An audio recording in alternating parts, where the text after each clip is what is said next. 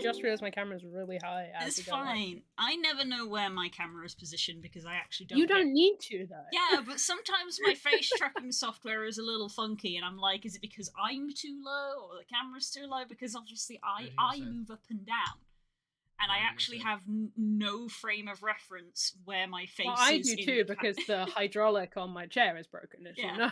But I have no frame of reference from where my face is in the camera frame anymore because it doesn't actually show me that. So I just kind of. So, like, I kind of have to wheel. Yeah, I kind of occasionally I check it, but because I move and my computer sometimes moves and things like that, I can never be 100% sure that I'm in frame. Oh, got friends. Oh boy! Hello, everybody. It's Tuesday. It's Tuesday. Tuesday, my dudes.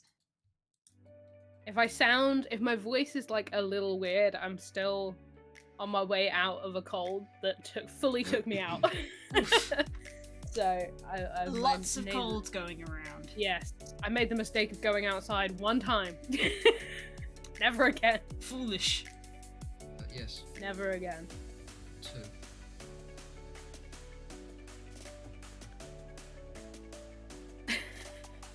Every time I look over to the screen with the chat on it, I just see, this is fine, I am fine. We'll get to it in a bit when there's more people. I have very normal feelings about books. Oh, that's not what we do here. I know, I'm aware.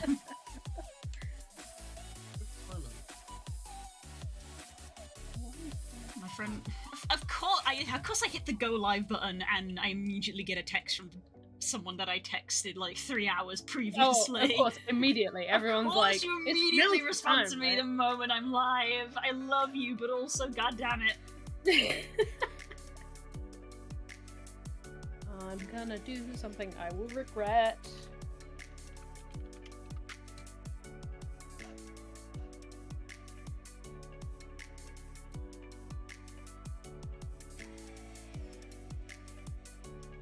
Hungry gnolls eat the rich. I'm sorry, what? Oh, okay. No, explain. Hungry gnolls eat the rich? No, I need to back up a couple steps. So, I picked something to do today that is pretty brain dead, which is just continue typing up my things I want to run list. Yeah. But I stumbled across, basically all of this is because and there was a RPG I was interested in that I was following on Kickstarter that went live today, and I noticed that it went live today under the banner of something called Zine Quest. And I was like, what the hell is this? And it's basically a day every year where a bunch of like small RPGs and solo RPGs all go on Kickstarter all at once. And just see what gets funded, basically. And I have been looking at the tag on Kickstarter. Oh. And one of them I just saw was Hungry Gnolls Eat the Rich.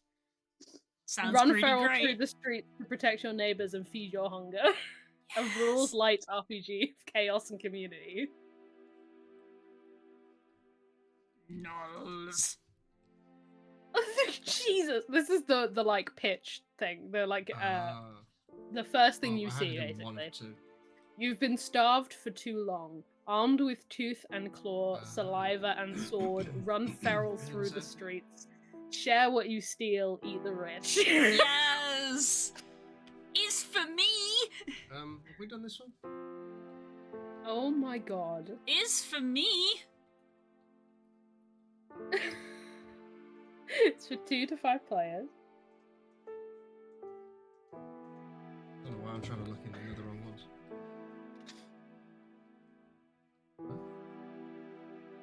Oh my god.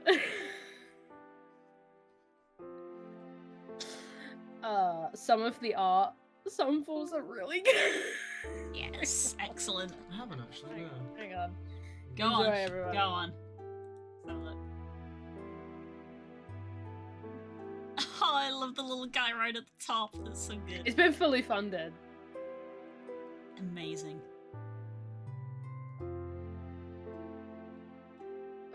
That's so funny.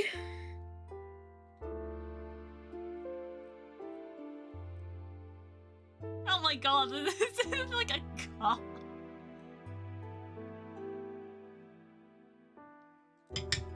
Yeah, the one I was looking at is these stars will guide you home. Which is, I can't remember what one I was looking at, but me and you were talking, Blue, where there were two people and they were both working on new RPGs. Yeah. This is one of the ones, and it's a map making RPG, and it looks beautiful, and it is clearly based on the Odyssey, and it's so but it like aesthetically, like the art for it reminds me of the copies of the Narnia books that I have, specifically Prince Caspian has this absolutely gorgeous map of the islands that they go between. Not Prince Caspian, sorry, Voyage of the Dawn Treader. Right. Has this absolutely gorgeous map of all the islands they go between, and it aesthetically is like that, but Grecian. Oh. So it is for you. It's for me. It's for you. Apart from the fact it involves drawing. Well, that's what I'm here for. How many of these are you planning on backing? I don't know. I'm scouting before I make any decisions. Mm-hmm. If I make any. I don't have a lot of money kicking around. I mean, relatable. It's nice though, because like these like little RPGs and things like that are actually like a great way for us to use up all those notebooks that we keep buying and using.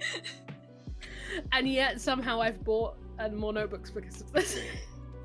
Well, see, the problem that you and me have is that we do sometimes theme our notebooks. Yes. So I remember that my prime example that my brain always goes to is that I made a character for what was going to be a Pathfinder game. I still don't know how to play Pathfinder. The game never happened. I made the character. I don't think I even got stats. I just made like the character concept, and I bought a notebook for them. Right. And the game never happened. The character just stayed as a concept, and I have a notebook that is just now unused because I bought it for a character I never played.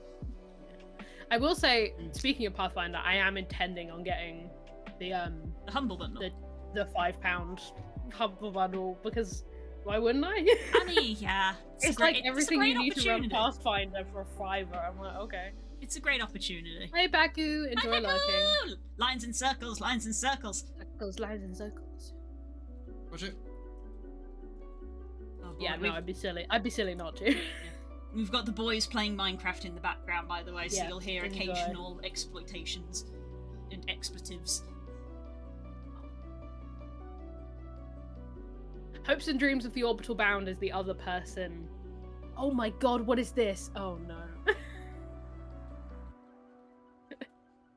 This is bad. I just found one called Hedgehogs and Hot Air Balloons. Oh, that sounds so cute.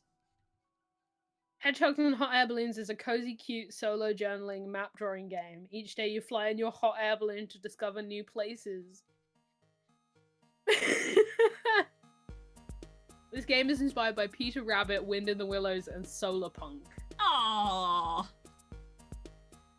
Because of like the exposure to all of these, I'm getting like an idea forming in my brain, and I can't decide if I want it to be like a little solo tabletop RPG, or if I want to maybe develop it into like an actual video game sometime in the future, along with all the other video game ideas I have.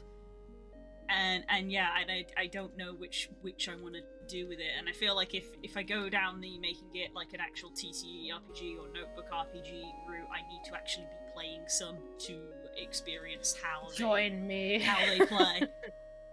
Yeah, if I get the drive to do some, I do actually have one of mine like on right here, just ready if I need it. Which, as is typical for a lot of the things that I make in both like characters, scenarios and things, and a lot of the game ideas that I have knocking around in my brain, it's basically just stuff that I like. And so when we talk about all these tabletop RPGs and like we talk through like the Mandrake one, which I really liked, and things like that, I was just basically, my brain started to be, well, what would I like? What would be my perfect game?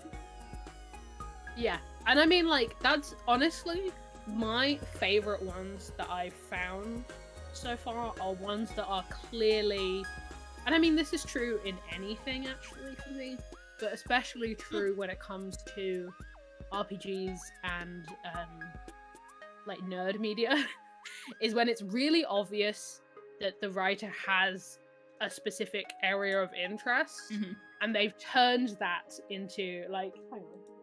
Prime example, you were here when I bought this. Yeah. This is Gran Turismo, which is an RPG system entirely built around a Da Vincian Renaissance Italy. And like, this is so specific. You were there when I was looking through this the first time. Some of the like historical notes, this is clearly someone's like specialty interest that they've turned into an RPG because they also love playing tabletop RPGs. Yeah. And they're the best ones. Yeah, I mean, it becomes no surprise that the thing that's currently knocking around my head is maybe some sort of like creature sanctuary type of vibe. Obviously, like magic. So, like, I think the Mandrake Garden sort of got me buzzing, and then I looked at the book that you directed me. I think you directed me to it when we went to UK Games Expo, which was this book that was basically just like this fantasy bestiary of like a bunch of dragons. Yeah, I wish I could remember what that was called right now. Yeah. There was someone at UK Games who we have found since, and now we can't find again. Yeah, all of the I mean, if I went into the other room, I could go find it, because basically all of the the business cards and the stickers that we gathered in UK Games Expo, I kept in that book because I thought this would be the best way for me to remember where they are and find them again. So the book I ended up buying was the dragon one, where it's basically just a book of, it's essentially like set on an island where it's just a billion different types of dragons, and obviously the artwork's gorgeous and beautiful, and it's written like a bestiary, and then that's it. It's not like an RPG or anything, it's just a bestiary that someone made. But that's the kind of thing that I like. It's why I like games like Pokemon and Monster Hunter and things like that. So I'm like, well, that's the thing that's buzzing in my brain at the moment of, if I made one, well, it would be some kind of like monster caring, raising sanctuary, or even like hospital thing of magical creatures. As I say, I need to play some in order to get an idea on how they handle, because my TTRPG experience is limited to D&D, really. Because the art in it is aggressively U-core. I need to get out of this rabbit hole. I've just sent Blue the inn at the edge of the world, if anyone wants to. That already sounds great, especially because that is partially a Hitchhiker's Guide to the Galaxy reference, which would be the restaurant at the end of the universe. The references they cite are Wizard of Oz, Spiderwick Chronicles, Dark Crystal, and The Neverending Story. Oh my god, all of those are great! And if you just scroll down, you will see some excessively blue birds. I know! Oh my goodness! Oh my god. I gotta like bookmark all of these to look at them after the stream. I'll keep them open. Yeah, fair. Oh god, this is... Oh, Kels, why are you doing this? I cannot spend money right now. I legitimately cannot. Okay. This is so upsetting. 11. We birds do cry. It's so upsetting to find stuff that I want and just be like, I cannot buy things right now. It's even more annoying when it's like, well, the Kickstarter ends in 30 days, and I'm like, I don't know where I'm going to be financially in 30 days. I don't know what's going to happen. Hello, Fox. Hello. Okay, yeah. I'm gonna put this whole, all of my Kickstarter tabs are going in a different tab group. Yeah, bookmark them, save them for later. Yeah, because it's like, if something happens within 10 days for me, it's like, well, yeah, I could back it, but if something happens in like 20 days, it's like, it's crazy. Well, I mean, it's worth noting as well. Sorry. It's worth noting as well that these will all become itch.io publicly available. Yeah. Once they've, and as long as they get funded in the first place, they will become available. Yeah. And a lot of the ones we've just been looking at have been. Okay, right. Closed. Back to what I was doing. Me and Spook got very heartily annoyed today because a piece of paperwork, and a very important piece of paperwork, I will say, got sent to us to be like, hey, can you print this out and sign it, like properly sign it and send it to us? And we were like, yep, cool, okay. And then we opened it up to look at it, Spook printed it out, and obviously was double checking it because it's an important piece of paperwork. And we have been at this for about 4 months. They spelled his name wrong! And I said, I'm sorry, what are these people being paid to do? Oh, it's funny.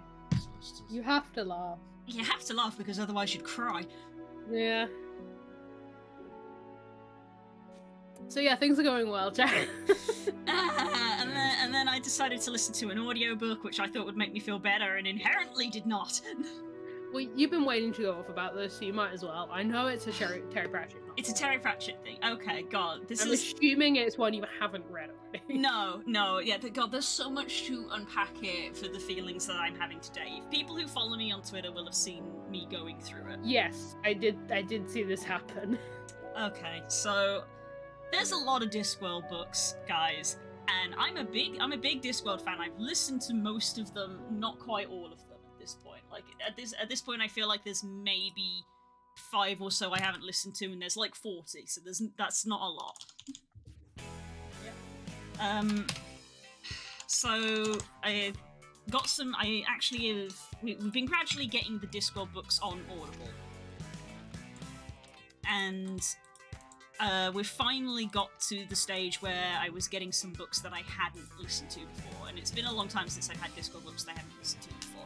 I don't care if this is a distraction, I haven't even started, so it's fine. Jesus Christ, what is that? That is how I read the Discworld, because the order that they were published is not the order you read them in. So that is Christ. That's how you. This is how you read Discworld, and it looks complicated, but it's fine. Basically, no, it is. It is complicated, but it's also fine. Discworld, as you can imagine, because of the name, is a world, it is a setting. There are different storylines focusing on different characters and different people, but all set in the same world. So these are the different storylines of, this is Rincewind's storyline, this is the Watch storyline, these are Death's books, and so on and so forth. These intersecting lines... I like that there's the Industrial Revolution on.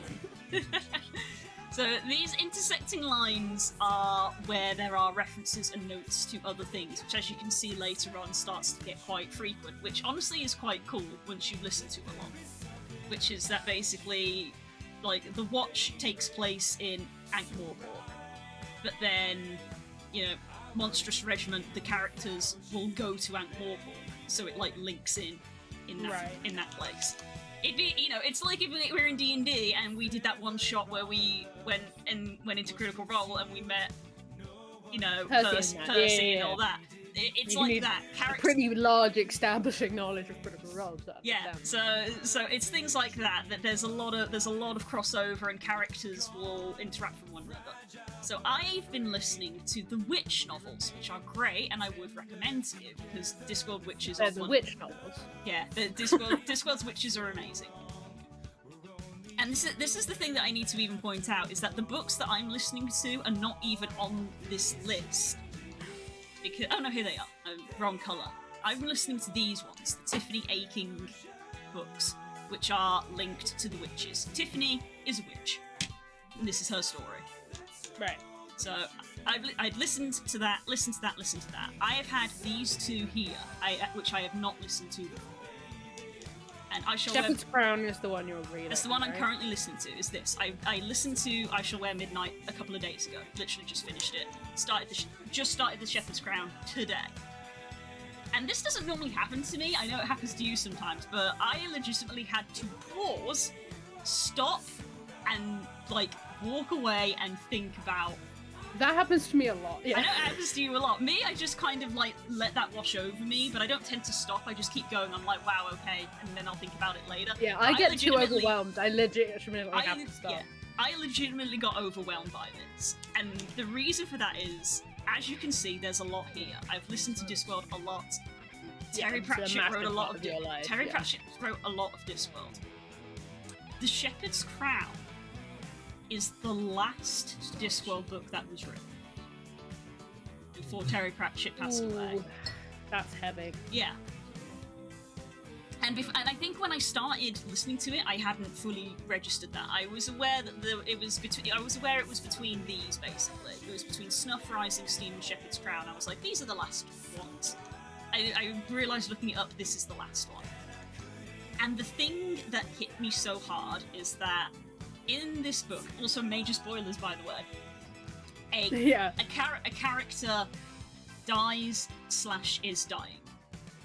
And I say that because in the Discworld, witches are made aware of when they are going to die. It's a thing that it's just a thing that witches know. They literally will just be going about their business. It's called in the Discworld. It's called the Call.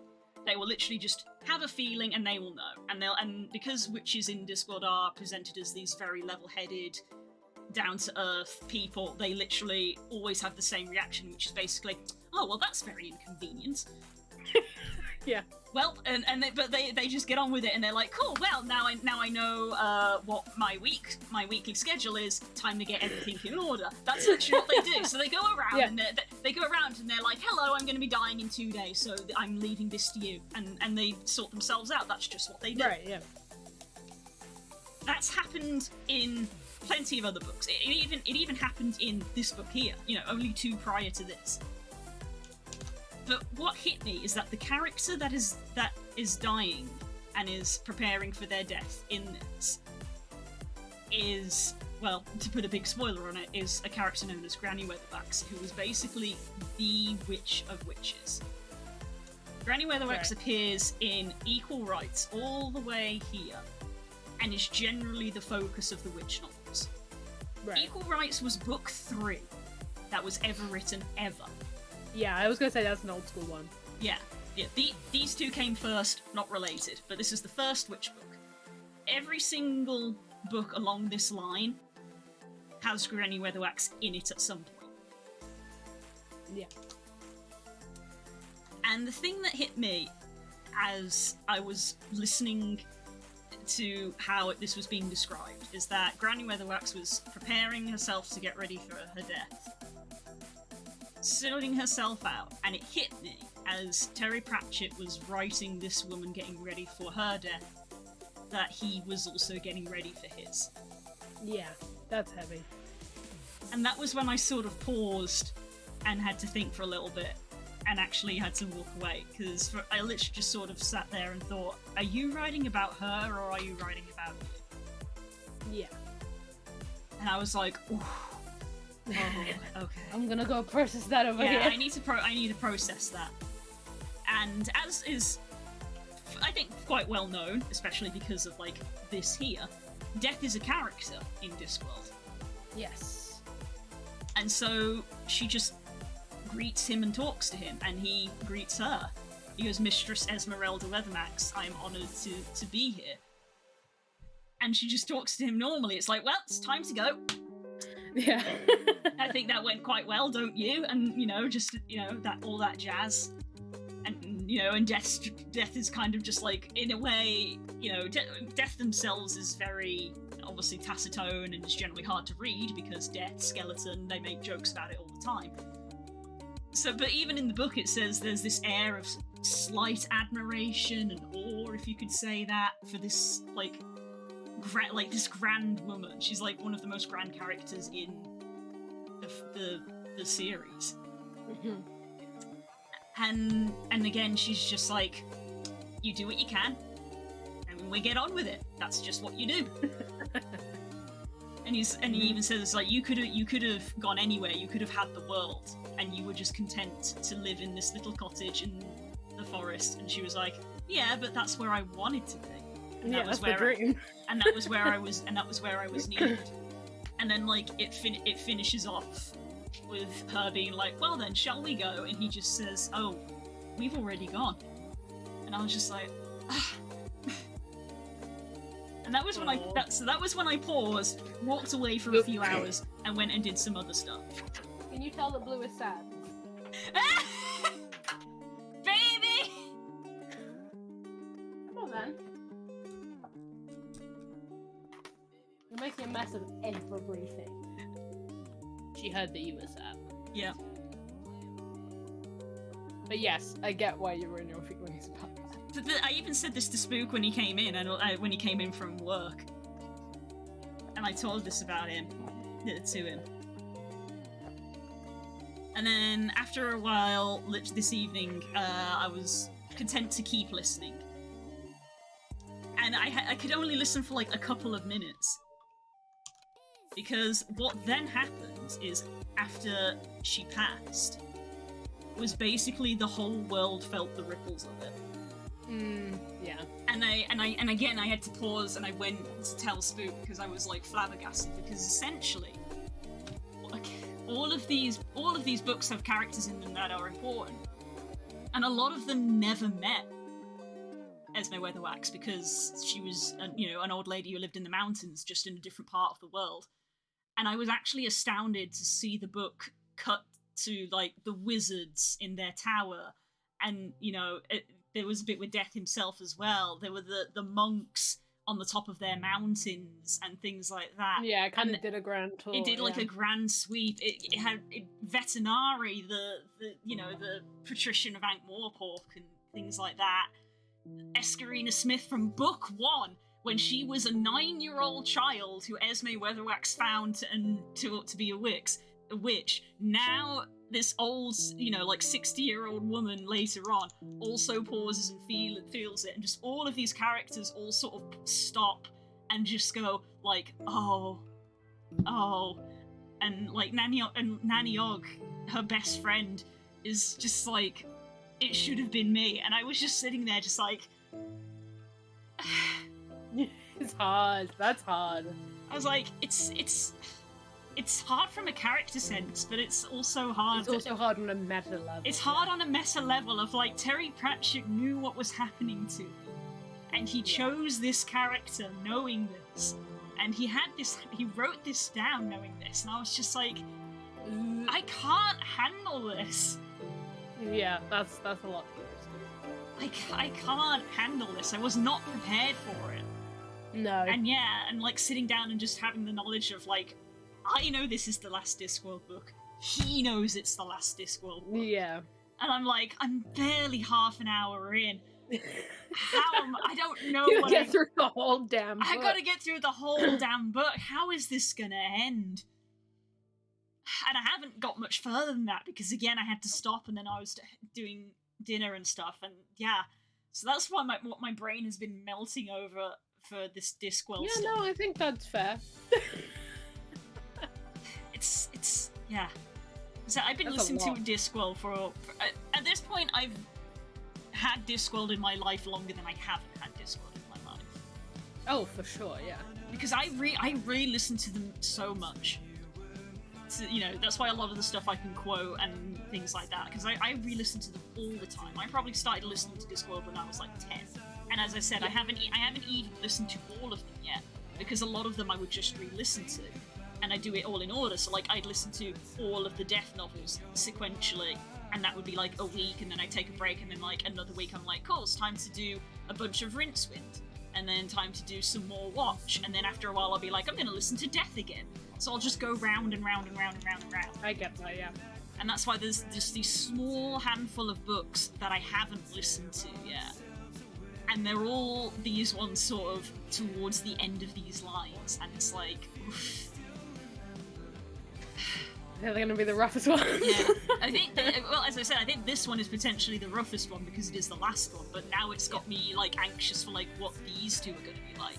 Because these are the last three, with Shepherd's Crown being the absolute last one. Whew. That's what I'm going through today, and that's why I'm fine about bugs! You know, it's a good sign when Blue has to explain her feelings with a chart. It's happened occasionally in my life. It doesn't happen very often. It's happened more than once with me. It has happened more than once. I'm aware of this. The chart mainly helps to help visualize what I'm getting at with like the sheer number. I needed the graph. No, I'm not knocking the number of books. I respect the Papa Sylvia. I need the Pepe Sylvia approach, that's why it's stuck on my goddamn wall. Me and Blue both exemplify that meme. Mm-hmm. I'm a very visual person. Visual aids help me a lot.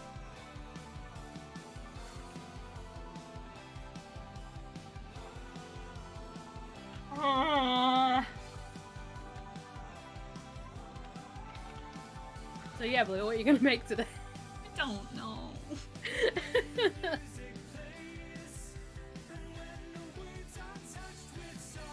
Good evening, art team. What a time to arrive. Thanks, God. Blue's just vented a bunch of stuff.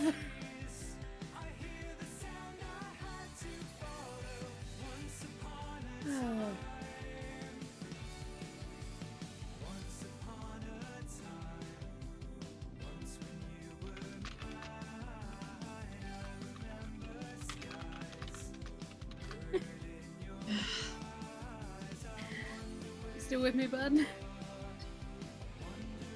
I'm like having to regain myself after that massive just outburst of feelings about a book. It's like, I love Discworld, but it's never made me feel like that before. Oh yeah. I'm like emotionally drained, and I've only listened to half an hour. I have a whole book to get through. I don't even know what the plot of the book is, because that's just the opening. Yeah. That's just what happens at the start. Oof. I low-key relate because the last battle exists. Where C.S. Lewis was like, I know how to end this series. At the actual apocalypse of this world, everyone that's come before it, and everyone that will come after. Tell us why you gotta steal my haircut. Yeah. I'm coming for y'all. Yeah. This is how I've been doing mentally. I have a buzz cut now. And it looks good, so...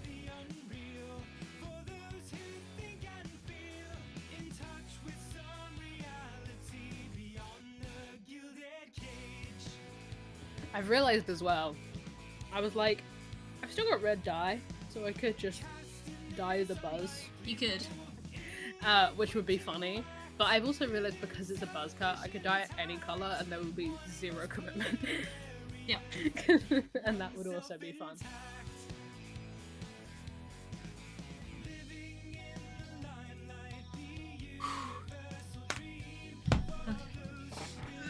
Not having to shampoo my hair every day is nice. Yo, the amount of things I own that have become redundant because I did this. I truly cannot emphasize this. When you've had long hair your whole life, like I have, yes. Doing this is like insane. Like, I cleared an entire shelf in the shower because I don't need so many things. Yeah, I literally don't need anything. Don't need hairbands, bobby pins, hair curlers, styling products, hair dye. Like, I don't need shit. And it's wild.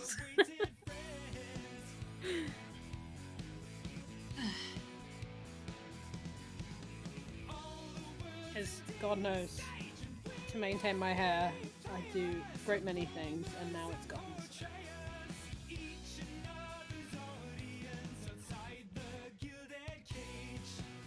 The craziest thing though, not having to plan my entire week around when I'm gonna wash my hair. Yeah. Fucking insane. I can just be like, oh, I want to shower. I can just get in the shower. You don't have to worry about like tying your hair up in some Yeah, weird bun. Yeah. Or like being like, no, I need to not go out for 5 hours afterwards because it has to dry.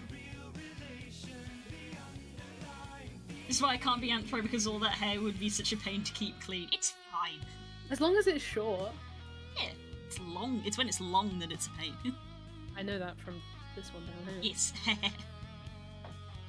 Cat's managed. She is out. Aww, Bibby. She is asleep. Cats manage because they're smart. Dogs don't bother because they're stupid. I was going off so much that I've just now registered that you're wearing the necklace. Oh, yes. It's one of the few pieces of gold jewellery I have, so it's now part of a set. Eee. Although, full disclaimer, it is being held together by a safety pin. Because this chain is lovely and delicate, and I did break it immediately. It's fine. It didn't come with the chain. I had to try to find a separate chain. I will get a bigger one. Yeah, I went for a delicate chain because it was the Astro theme. Yeah, Blue got me this guy. Very cute. It was a Crimbus present.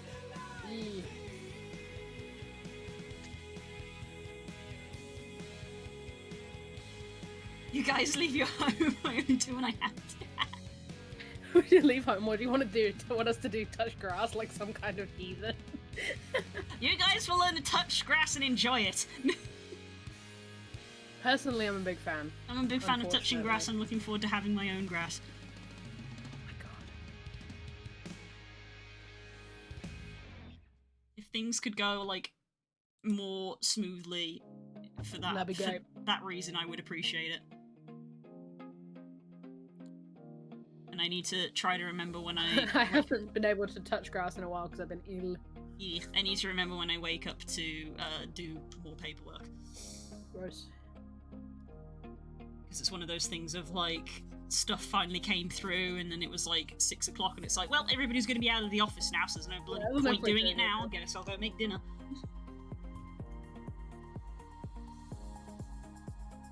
Illness be gone. Uno reverse! Yeah, I was gonna say, I hope your illness is gone.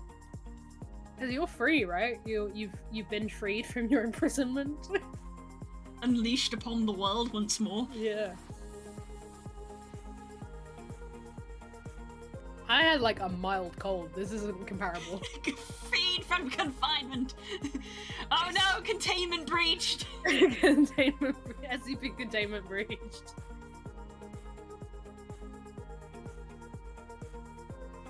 Good to hear though, bud. Yeah.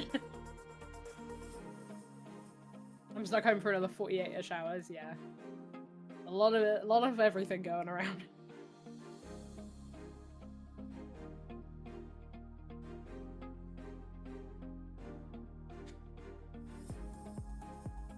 Lou, what are you drawing right now? I don't know. This looks like when Nathan drew the Goofy Wumpus. Oh no. Carl, stop unwillingly educating people about Dorothy. I haven't even mentioned Maramoeba once. And it should stay that way. Oh my god.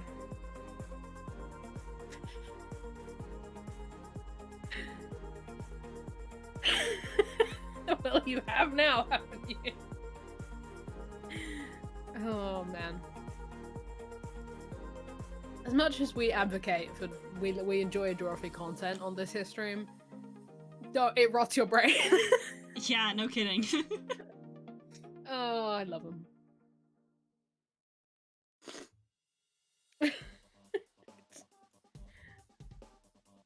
It's Julia's fault. Everyone blame Julia.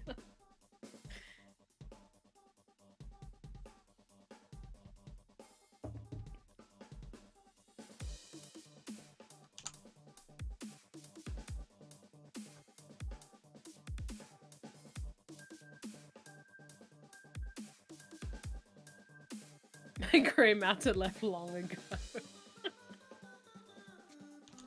Yeah, I get that.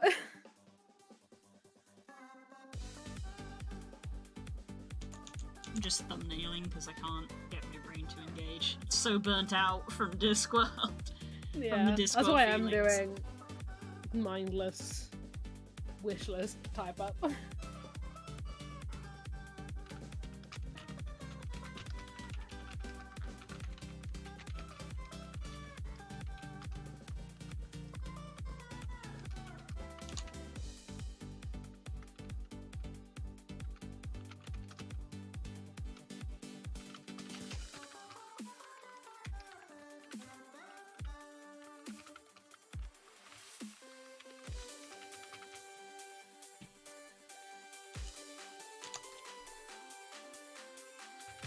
Come on, no!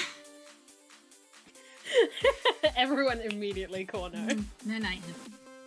I'll try to. Disc those worlds right now. Ow! Don't hit me like that, it hurts! Mistake.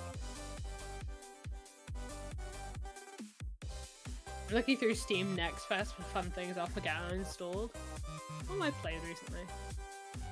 I finished Telling Lies last night. Holy shit.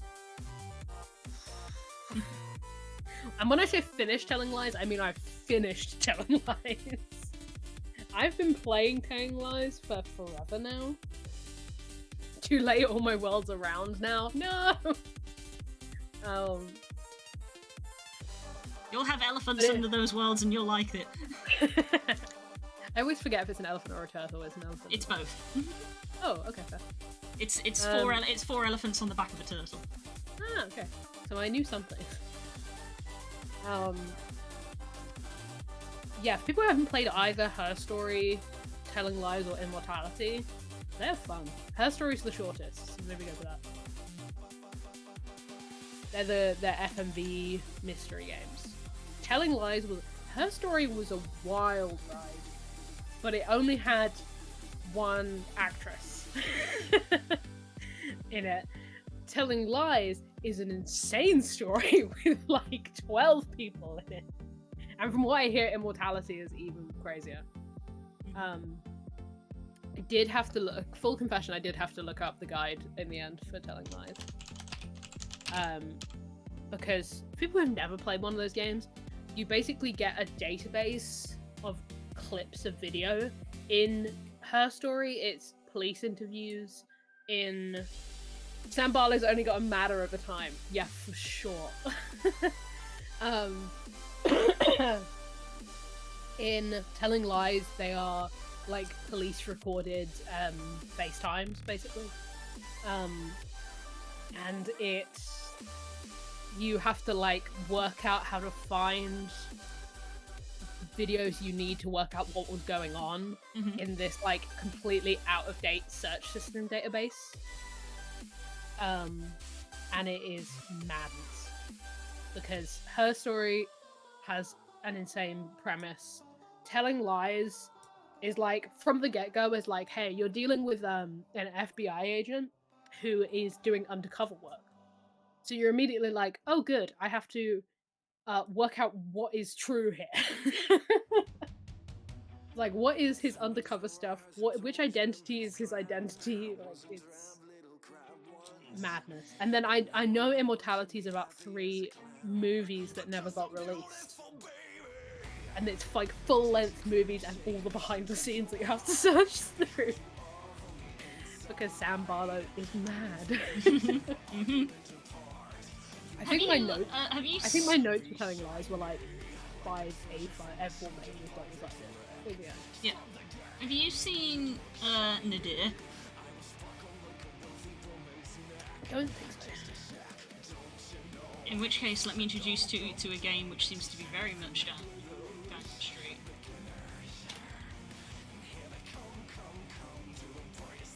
Shout out to Jesse's 5-minute gaming news to alerting me to the existence of this game. It immediately looks like something for me. Roguelike deck builder already for me. Yeah, that's what I thought when I saw it. I was like, oh, it's you for know girls. How much I play Slay the Spire. Yeah, I was like, oh, it's for girls. And you go down into hell? Now we're fucking talking. What Jesse said. The underworld. Yeah, what Jesse said was that it's like the risk reward because every time you play a card, your enemy can do something. So you see how the cards are like half blue, half red. Right. So yeah. It's like the blue is like if you play this card, this is what you get to do, but the red is what your enemy gets to do. Ooh, I want that. Hell yeah, that's yeah. And I think it's been out on PC for a little bit, but Jesse's 5-minute gaming news was like, hey, it's going to be on Switch. Sick. So yeah. February 7th came out today on Switch. It also came out today on Steam. Oh, it was synchronized release. He didn't say it was on Steam, he only said it was on Switch. I'm probably gonna play that at some point. You're welcome. The only thing I played on Switch recently, I got in because I've been sleeping a lot because I wasn't very well. I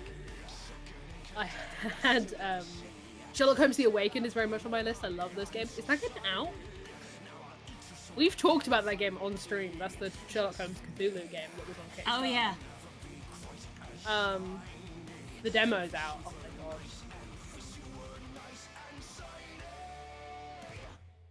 my god. Yeah, those games are nonsense. But yeah, I got into a thing where like I was awake. I was awake, but like too tired to like focus on anything, and also I was in bed and Phoebe was asleep on my like knee. So I was like, well, I can't move to get back to my PC, so what's on Switch that I can play without thinking? And I found like a free puzzle game, and it might be the most like satisfying thing I've ever played. What was it called?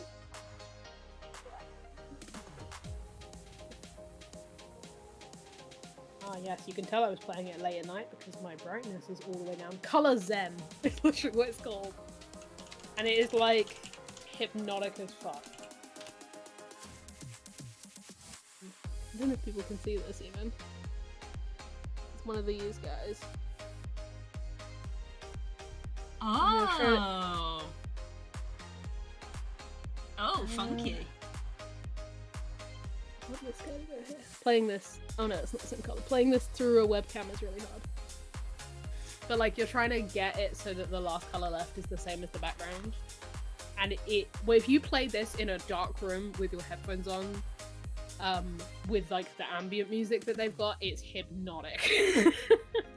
I went into a trance. It is very sleepy. Highly recommend if anyone gets stuck in that exact scenario as well.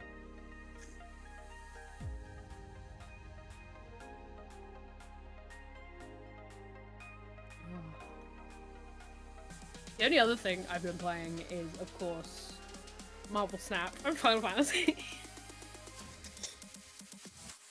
I got my in Final Fantasy I got my -70, and all my crafting classes to 30 at least. My goldsmith is 50.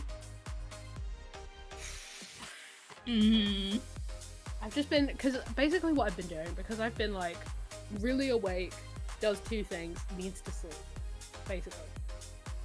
So I've been literally like, it looks like I've been on Final Fantasy 24/7, but the truth is I've been playing like an hour, sleeping an hour, playing, and just like stay logged in.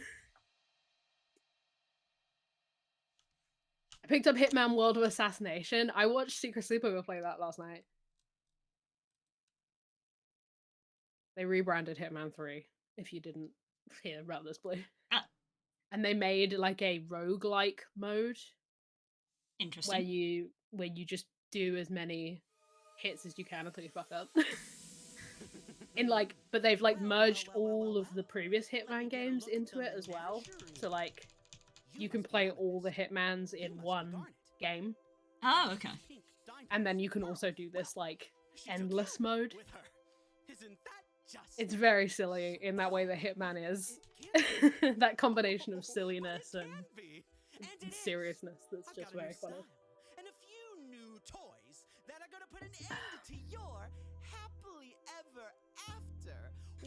Oh, I've also been playing Sims Medieval, but we don't need to talk about it. We don't need to go there. If I'm playing a Sims game, it implies very specific things about my psyche. I just love that part. I found it very funny when I streamed it ages ago and someone got mad because I didn't take it serious. What? Oh dear. I will truly never forget. I was clonking a man with a can of bolognese. I will truly never forget, in the first Secret Sleepover streams they did of Hitman 2, I think, there was a bus of cocaine that one of the ways you could assassinate a guy was by poisoning it. and then delivering it to him. But Julia forgot to poison it, so she just delivered cocaine. She just gave cocaine to a guy. He got to the end of the case and she failed the case. And she was like, why? And then I looked at the screen for long enough and then Jacob was just like, you didn't poison the cocaine. You just delivered drugs. Oh my god. It's very funny.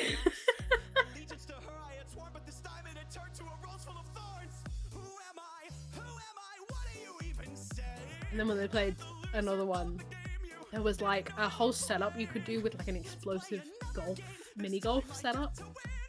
But Julia didn't know how to set it up, so she just threw the explosive. Wow. They're so stupid. Probably the plot of Hitman games is probably actually very good. She is not alone in doing that. The cocaine or the bomb? Which one?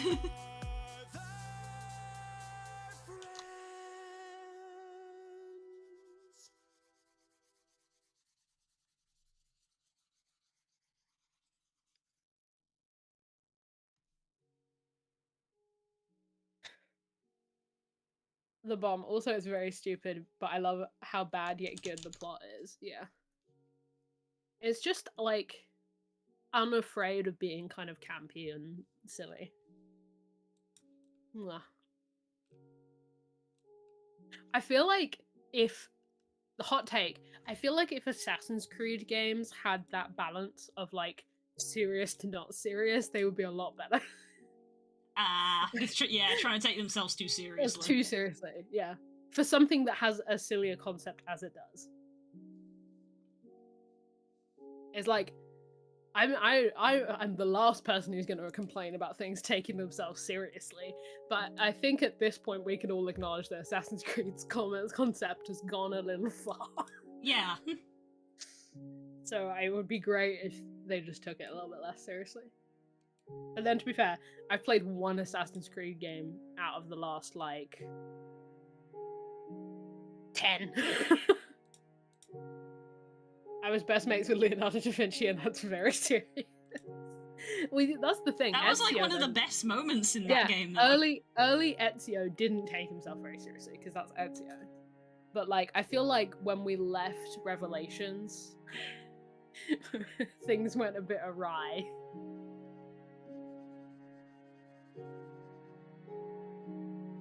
This is a biased take, because Revelations was the last one I played until Odyssey. And then I played Odyssey for 400 hours. And that's it.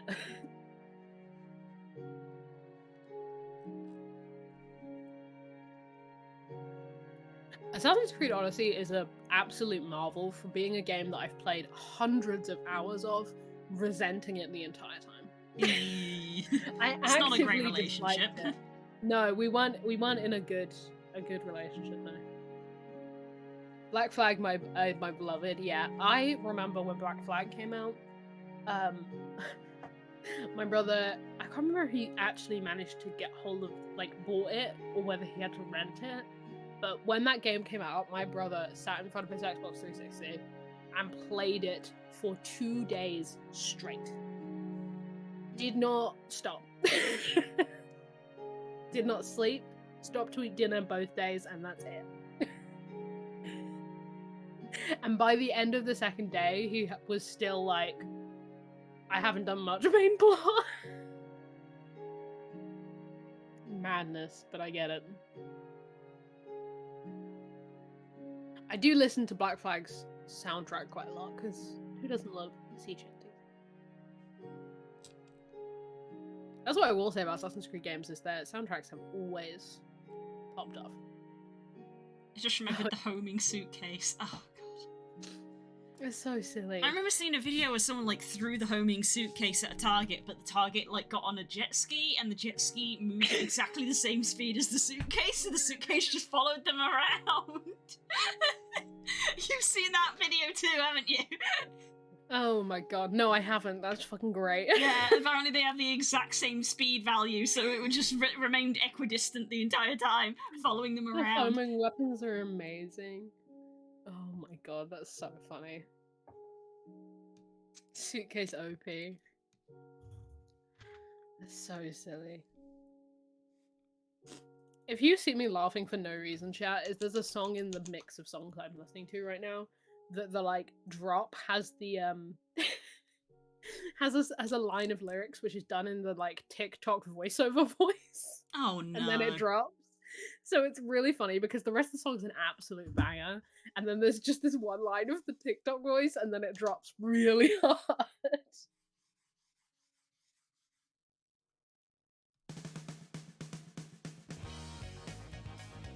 If you knock on with a projectile because it's such a dangerous operation, throw a projectile will always hit no matter how ridiculous the matter is. Oh my god, Vaz has already put it in the chat. Oh my god, yes. Refresh The myself. speed.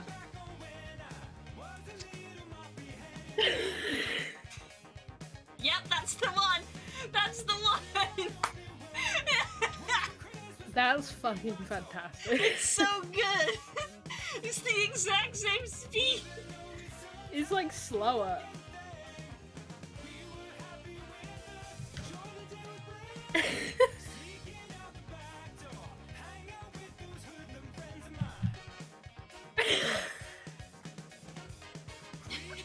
And then the ending. The fact that the person playing teabags. Yeah! That's so good. Can't believe I've lived my life without seeing. There you go, you have been blessed this day. Oh man.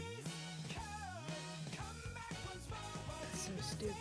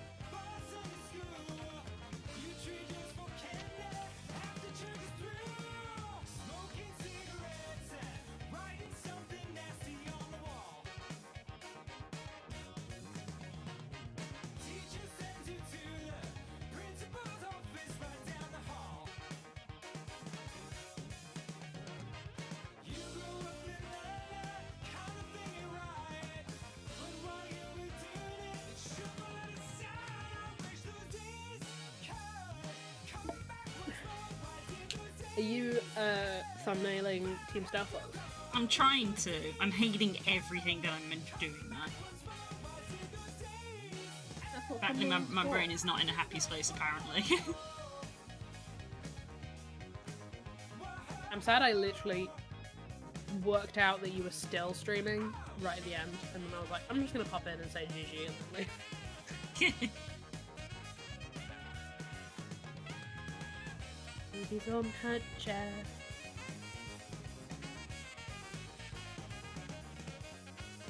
Behold.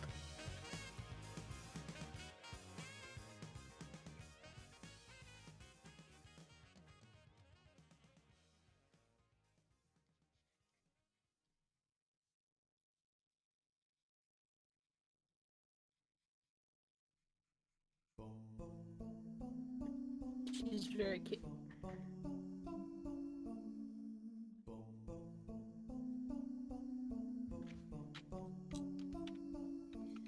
I loved the ending of it, and the ending of the episode. Actually, a little teary about it because the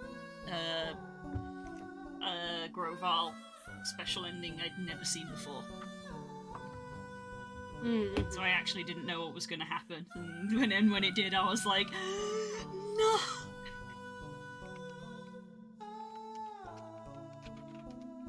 In the grand scheme of things, I've had an emotional few days. I was literally about to say, the media that you've consumed has really put you through the ringer. Yeah, and honestly, IRL is not helping either. No. I wouldn't say it's just the media I'm consuming. Honestly, some of the stuff that's happening IRL is also putting me through the emotional roller coaster right now. So, yeah, I think actually Someone needs to give you potion permit or something. Yeah, I mean, I do have Potionomics. Yeah. Just need to take some time to play. I mean, Yeah.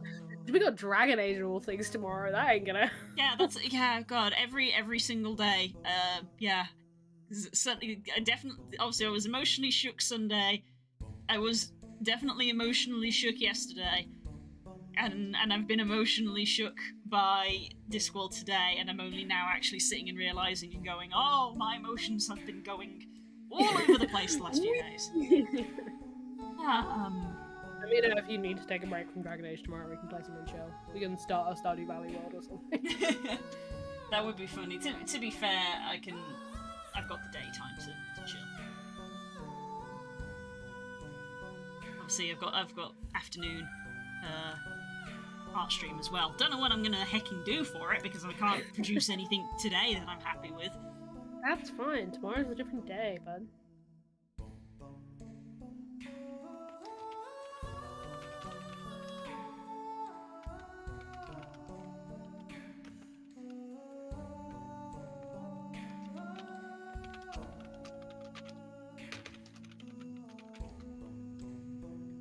Writing up this list is very useful because it means I can just have like a thing of like, I will run most of these. Go, like, does anyone want me to run anything?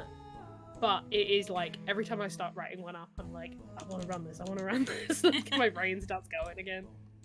Cause every time we touch, I get this feeling. Yeah, Cascadia, you just gotta go. It's because it's a bop. It's a banger.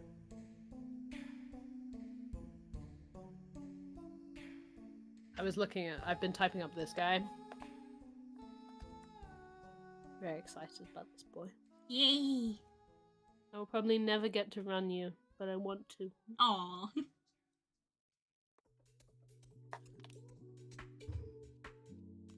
Can we just have a moment, though, to appreciate the cover of the director's guide? I know, right? Fucking hell. Do I have a player's guide? I do. It's the photo negative of it.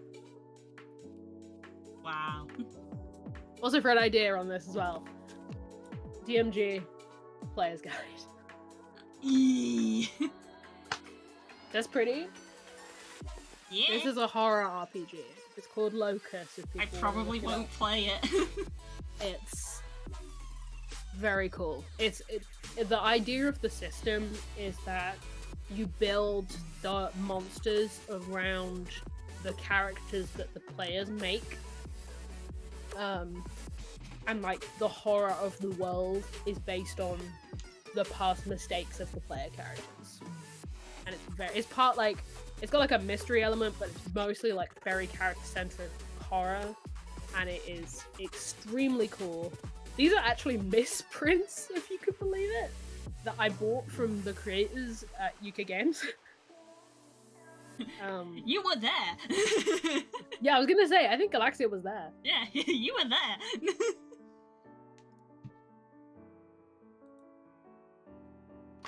Horror RPG, let me and my many appendages lean forward like an odd beast. I have so many horror games that I want to run. As someone who... I feel like we need to have a lot more time to just talk about things if we all go to UK Games Expo again this year. Yeah, for real. Like, we need to hang out more than we did previously. I feel like I know Galaxia better now. Same. I didn't. Now, Same. see, the problem is now that if you're in the same physical space as us, we'll interact with you more. Yeah. I've just noticed as well on the player guide. Can you see that guy there with blood on his hands? Yeah. That's not on the director's one. Well, it's not. Nope. Oh. Because that's the what you revolve everything around. Uh-huh.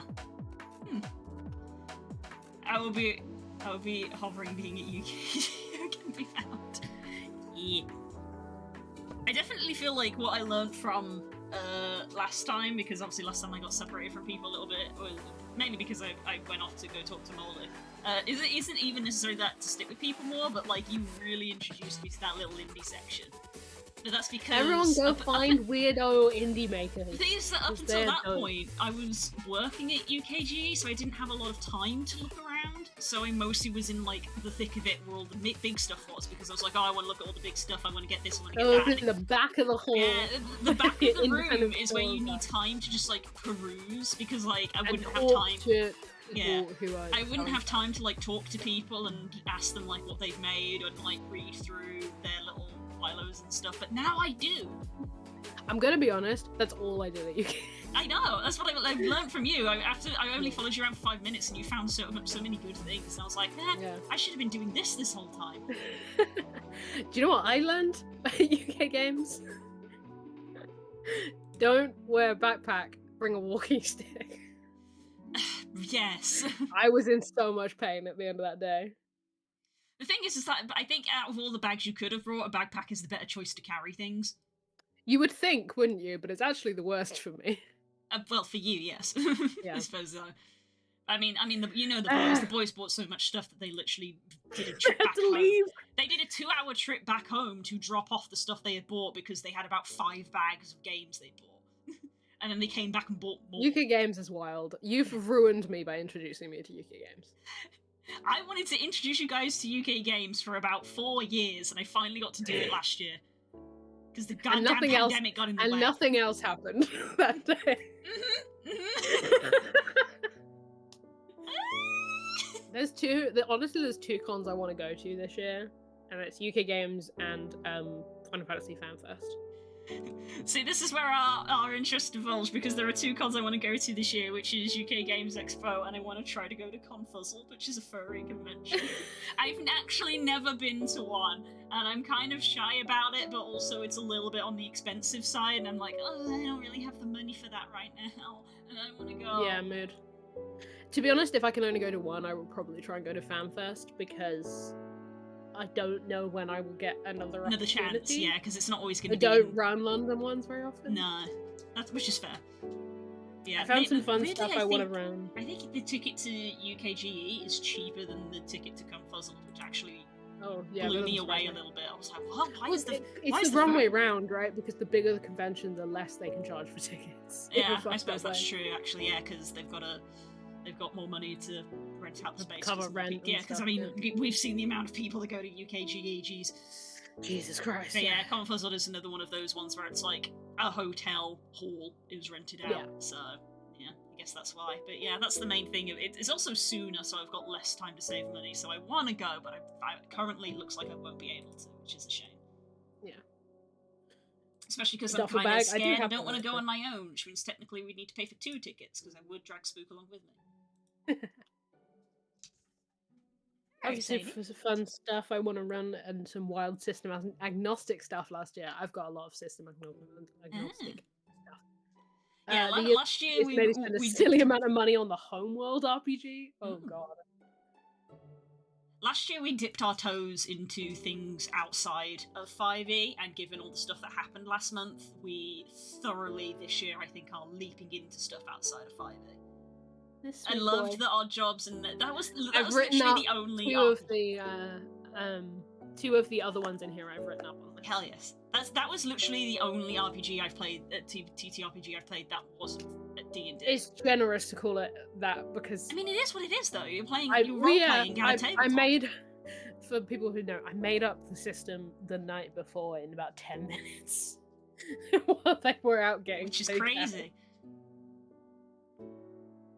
And then the rest of it I made up. I have many fun systems I skitter out of the woodwork to introduce people to. That's kind of why I've been typing this up, because I have a lot of fun little... I have a lot of, like, fun little niche systems. And not even systems, like settings and, like, premises that I want to run. And I think most of them are just in my head at the moment, like the fact that I own these and what they are and what they entail. So that's why I've been typing up this wish list, so that I can kind of have it be semi-public knowledge among my friends. to be like, hey, and I've made like a category. I guess I can. I've made basically the categories are for each type up. The name, is it pre-written or homebrew? What is the system? How long would it be? So would it be a one shot, a short campaign, a long campaign, etc.? Could I run it in one go with no prep? Platform, so like would I need to run it IRL? Could I run it on 20, etc.? Genre, tone, player number, the quick pitch, the long pitch, and how bad I want to run it. So that my idea is that if this is, somewhat public knowledge among my friends, if we've got like a day, is like, well, what ones can I run in one day with no prep? Let's just search and I'll just run something. Like, or if we've got like a break coming up and it's like, well, what short campaigns do you want? Like, I can just find that, basically. And people can go through and read the pitches and be like, actually, I would be interested if she ran that. I don't know. I love DMing and I want to do more of it. It's valid. With the time that I have. I say barely holding together the one campaign that I am running. It was my first one. My first child. The problem child, the one I love most, It is telling though. I think almost all the ones I've typed up are short campaigns at best. I think a lot of us are moving into the stage of our lives where we appreciate things that are shorter. Like, long-running campaigns are very fun and have their place. And they are very precious to us, but man, they take so long. It does take a lot. I think we're growing to appreciate shorter games. Hey, nice one, man. Yeah, the ones I've written up so far is Alice is Missing, which just got an expansion, actually, which is fascinating to me. I don't know how you would do that. But that's literally, there's an official timer you have to use. And the session is 90 minutes long. That's it. There's an official timer you run.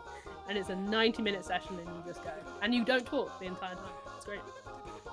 Yeah, the ones I've written up, Alice is Missing, Fixer Upper, which is in Odd Jobs, Dust Collar PD, which is also in Odd Jobs, but there's a specific pre-written micro campaign in there that I want to run. And then Locus.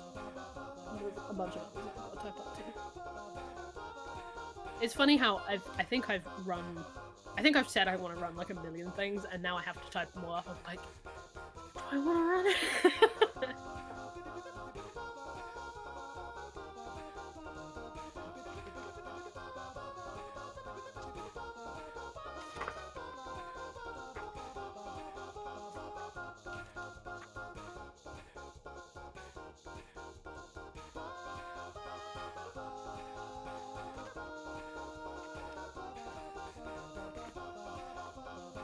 Yeah, I've somehow ended up with a lot of horror RPGs.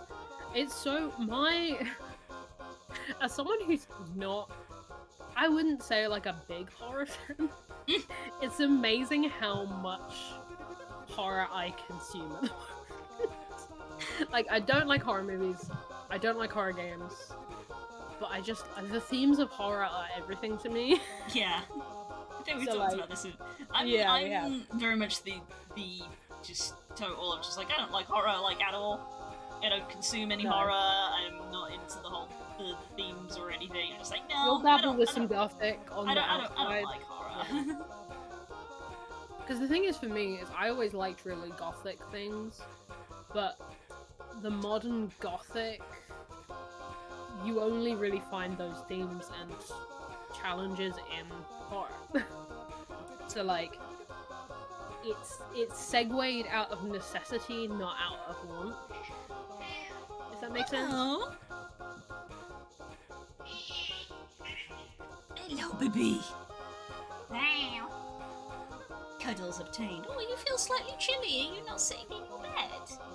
You have 2 heated beds in this home, and you're not sitting in either of them. Why are you so cold? Cuddle with Mum and warm up for a little bit. You get blanket. Get a blanket. Blanket. Swaddle the baby.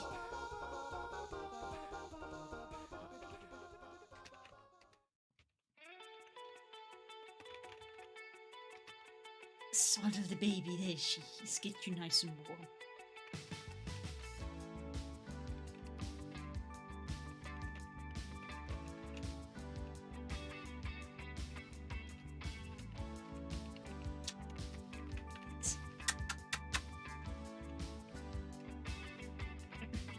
Are you cozy? She's actually not moving. Is that what you were after? Were you cold? I'm warming you up. Yeah.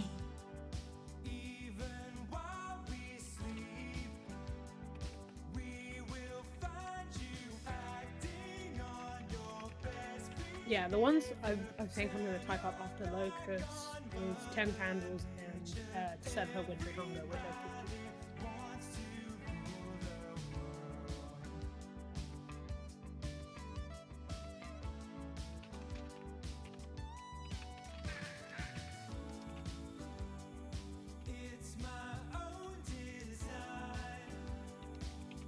Warmed up?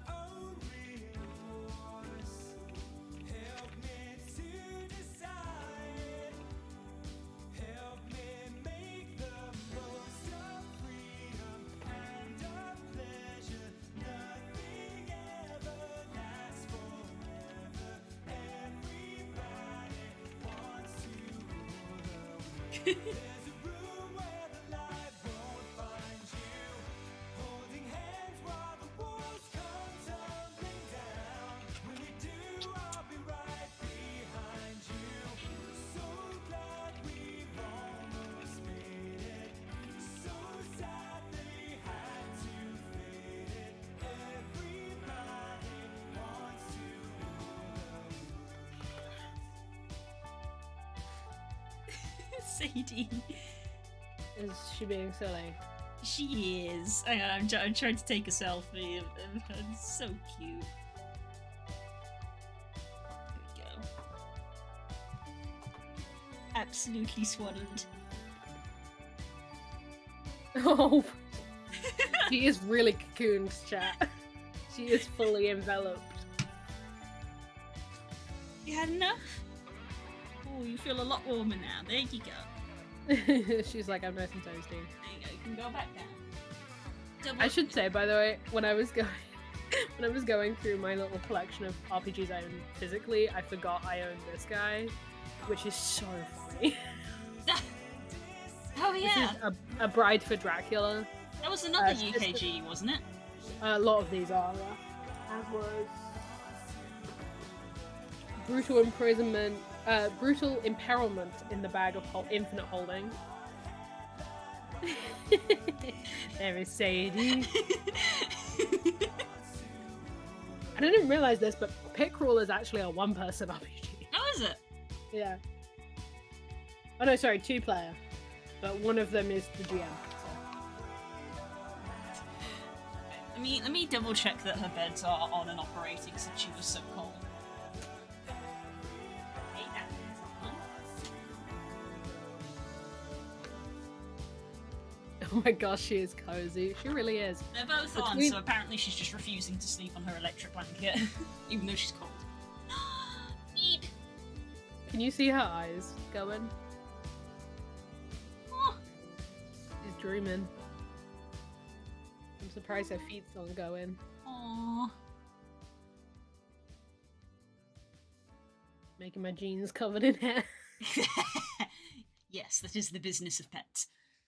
To be fair, they're only there because when I took her out for a walk, they got absolutely drenched. Ah. So they needed to dry.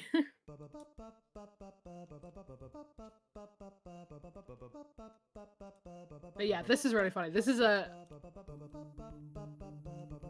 like a dating sim for Dracula. It's very silly.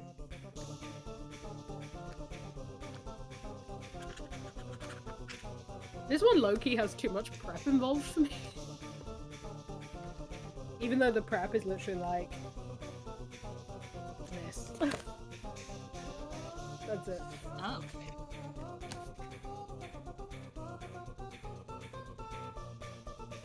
Although I might use this for planning the rest of that dungeon you guys are stuck in. Because there's a lot of tables. Of just like rooms and dungeons.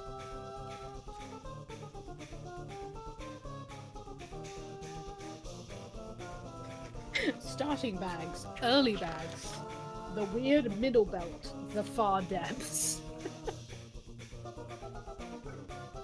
For a second there I thought you meant there were many tables in the dungeons. That would be very funny.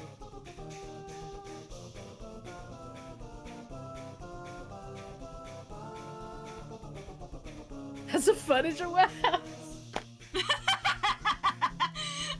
Hey, if you've ever been in a big enough furniture warehouse, it does feel like a dungeon. It does feel like a dungeon, yeah. I would like to say, shout out to people who make pre-writtens who make art of all the NPCs, because some of them are so cool. Look at this guy. You see this guy? It reminds me of that guy from Divinity Original Sin. Yes.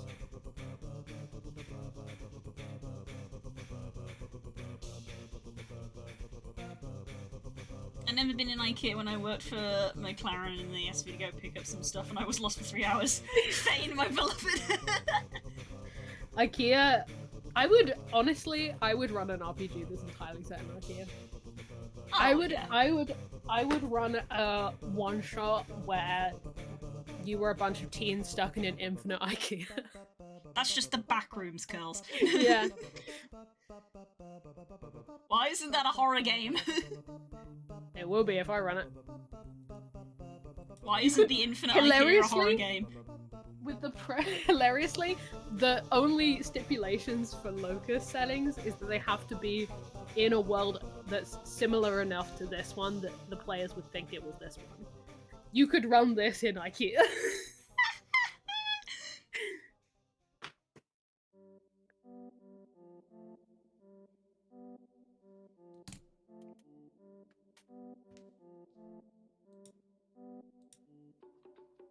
Yo, chat, have any of you watched the YouTube doc about why IKEA's... Oh no, is it Sophia Nygaard video? About why IKEA's designed the way that it is? That shit's fascinating. Oh yeah, there's method in everything. Yeah, oh yeah. It's specifically... Its surprise is to get you to buy more shit. Yeah, but it always like, is. It's really interesting.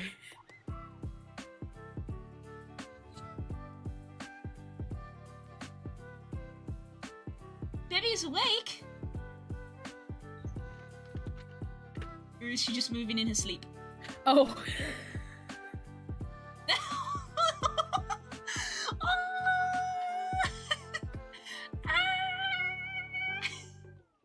My goodness!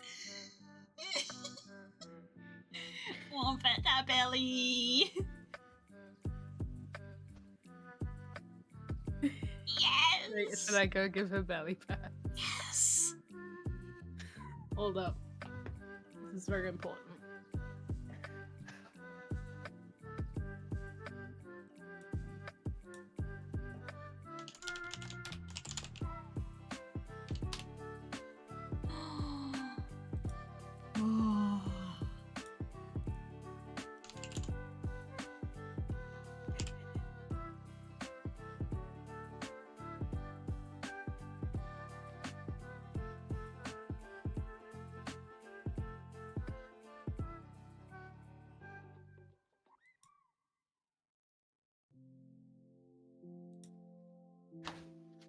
She received belly pats. Excellent. Now she's staring at me. She's like, where did you go? Come back and play bongos on my belly more. Yeah, Phoebe, much like me and Blue, she loves cuddles, but she gets too warm really easy. So then she rolls on her belly like this, because it's cooler.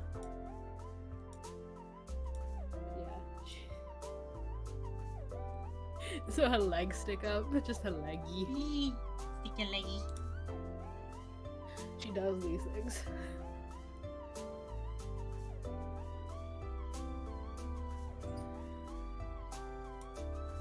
She's just gonna be staring at you now, chat. Oh no, she's gonna...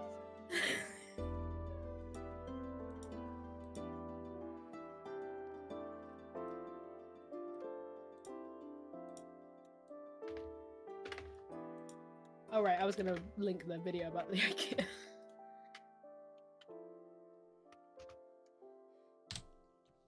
Get myself a reference.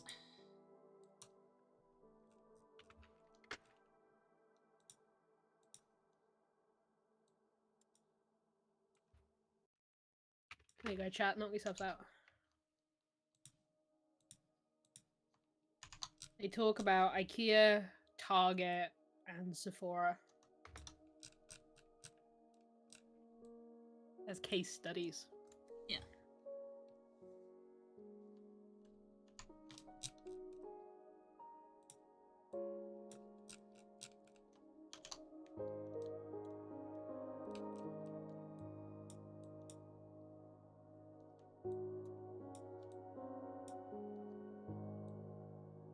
I'm gonna watch the heck out of that. Sophia's also just very entertaining, so enjoy.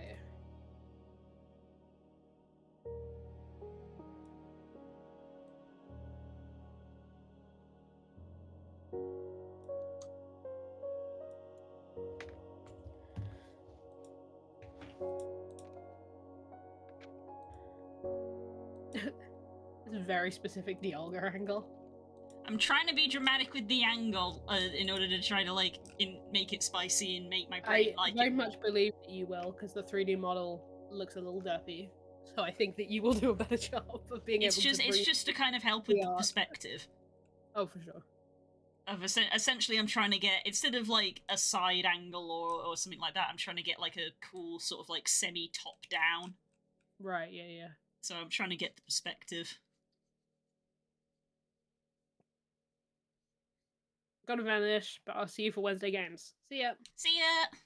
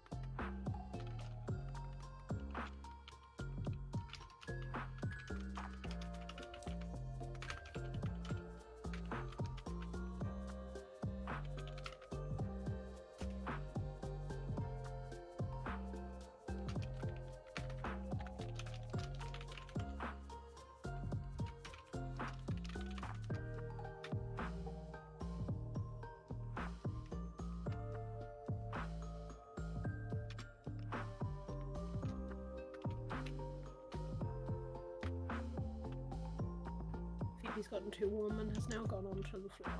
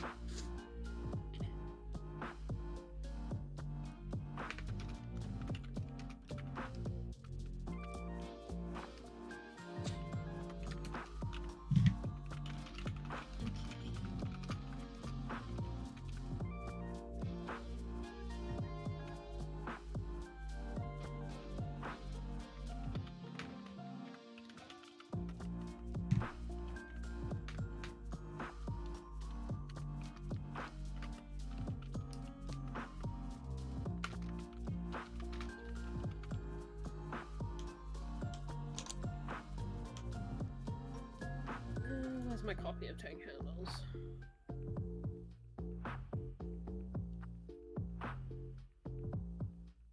I just remember, Blue, at some point we've got to do the Valentine's event. Yeah, Lord knows when we're supposed to do that. Yeah, for real.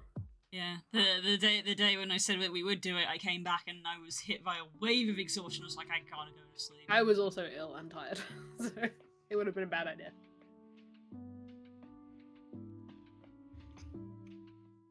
It doesn't matter. If we don't get to run it, I'll run it. Just normally. It's not actually a pressure.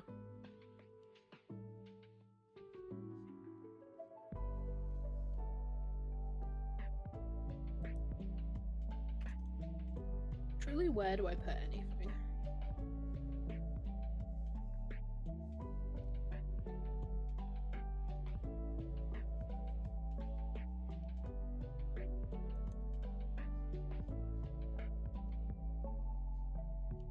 There it is.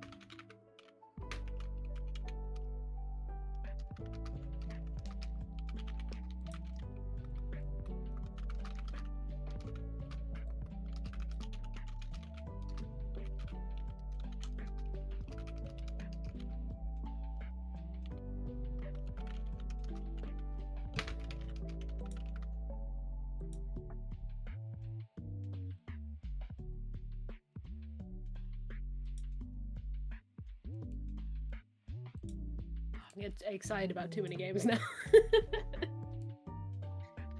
Ah.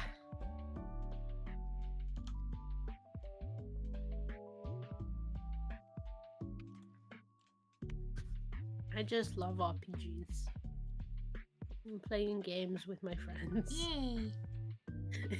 That's all any of us want.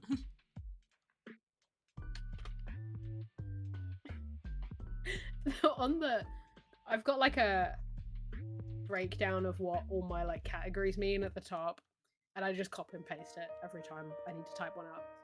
And every time I get to how many players, what I've put for reference in the brackets for like what does this mean, I just put hubris check, and it gets me every time.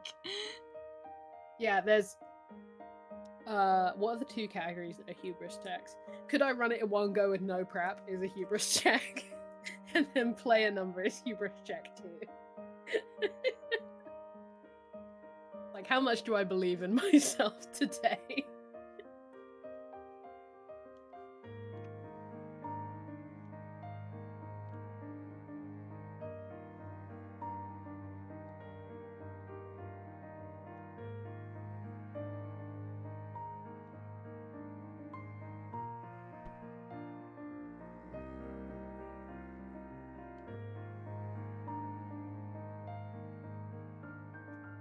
Excuse me.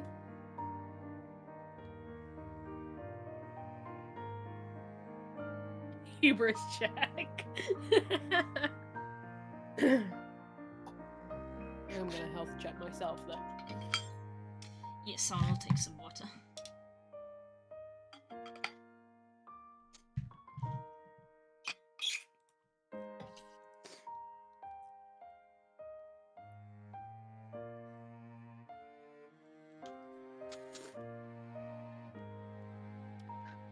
How many players does Twin Candles take?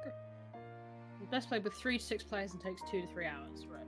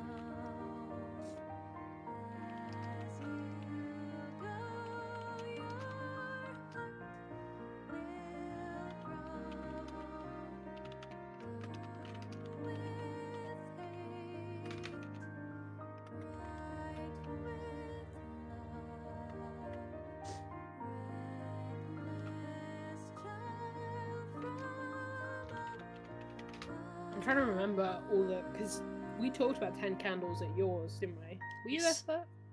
Yeah, I think you mentioned They 10 asked candles. me what apocalypses I would run, and I'm trying to remember what I said.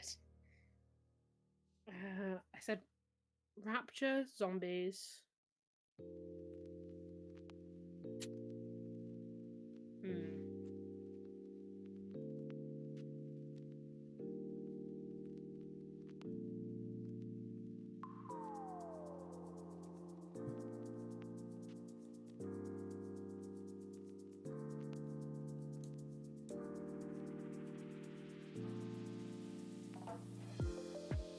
Do they have recommendations?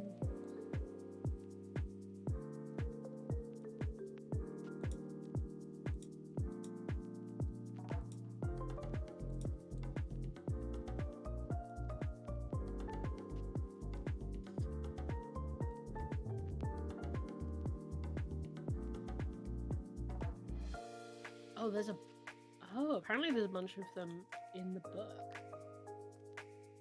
In the back. I didn't know that. What ones do they suggest?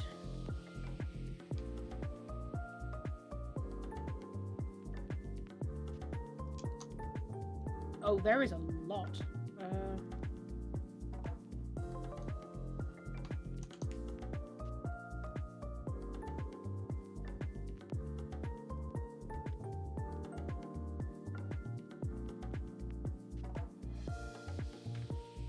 Okay, that's like a radioactive nuclear one. Okay.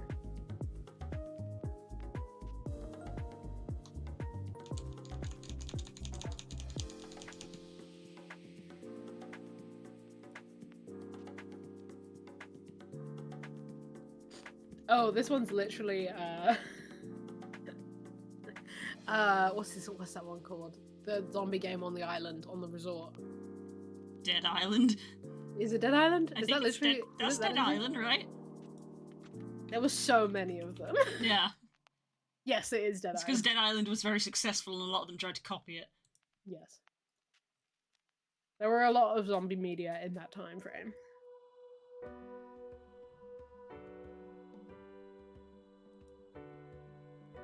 That one's like Alien. Okay.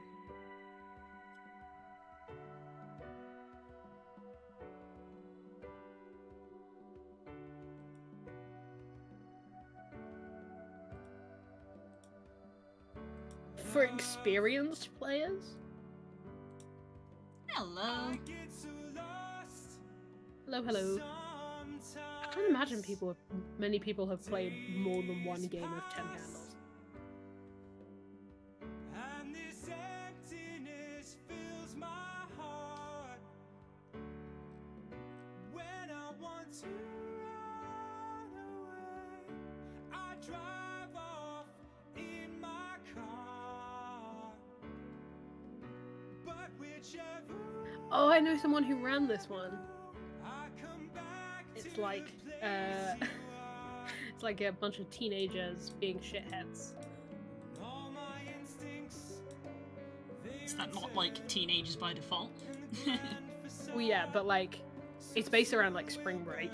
Like, Spring Break. yeah, Yes, that thing that we are familiar with. familiar with. Yeah, it's you know, but I'm saying that as like a trope, not like an existing thing, even though I know it's a real thing in the US. I just think of it as like a bunch of teenagers go on holiday and be terrible. Yeah. Which I think is what it is. Yeah, I think so. I say that as someone who's closest experience to seeing Spring Break is like Monster Road Trip. Oh, Monster Road Trip. Oh my god. Let's play more of that.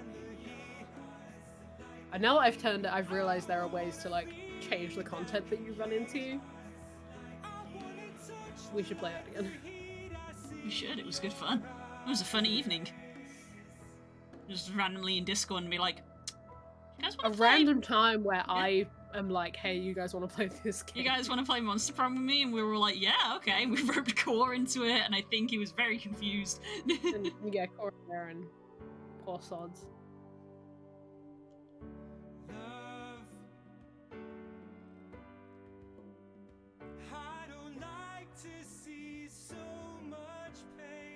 So Kester won. Oh yeah, you did, huh?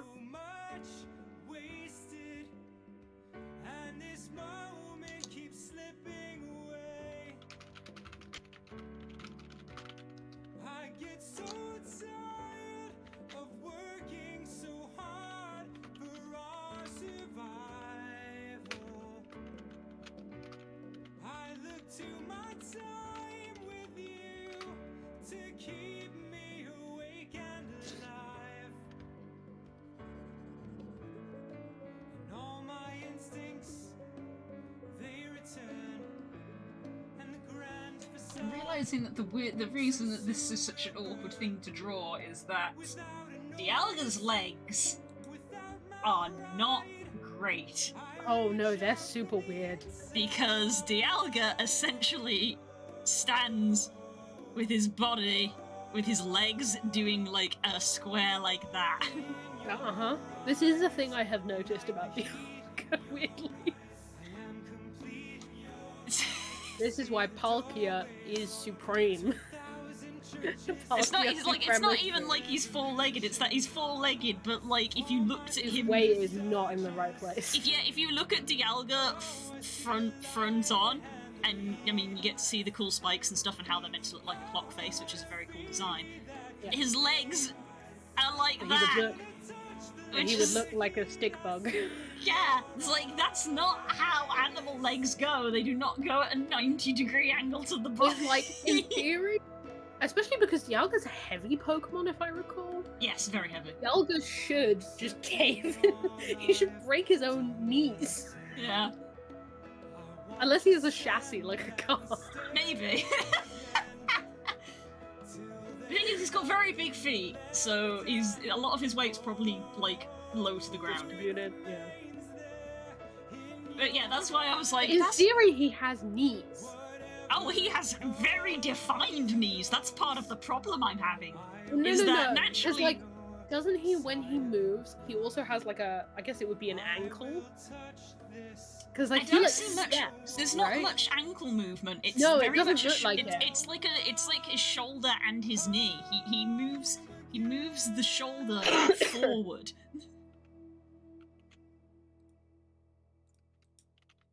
I'm specifically thinking of when he fights Dialga and Palkia in the Darkrai movie. That's a hard one to do because it spends a lot of time flying in that one. Yes. Hang on. No, but when he flies, he like walks. Kinda, yeah.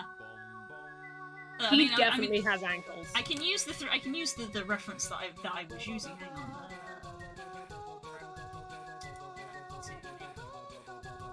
Oh no, you're right. Make that visible. And then bring this over. Like, minimize everything. Like toes as well. I don't like that. Yeah, his little like spikes.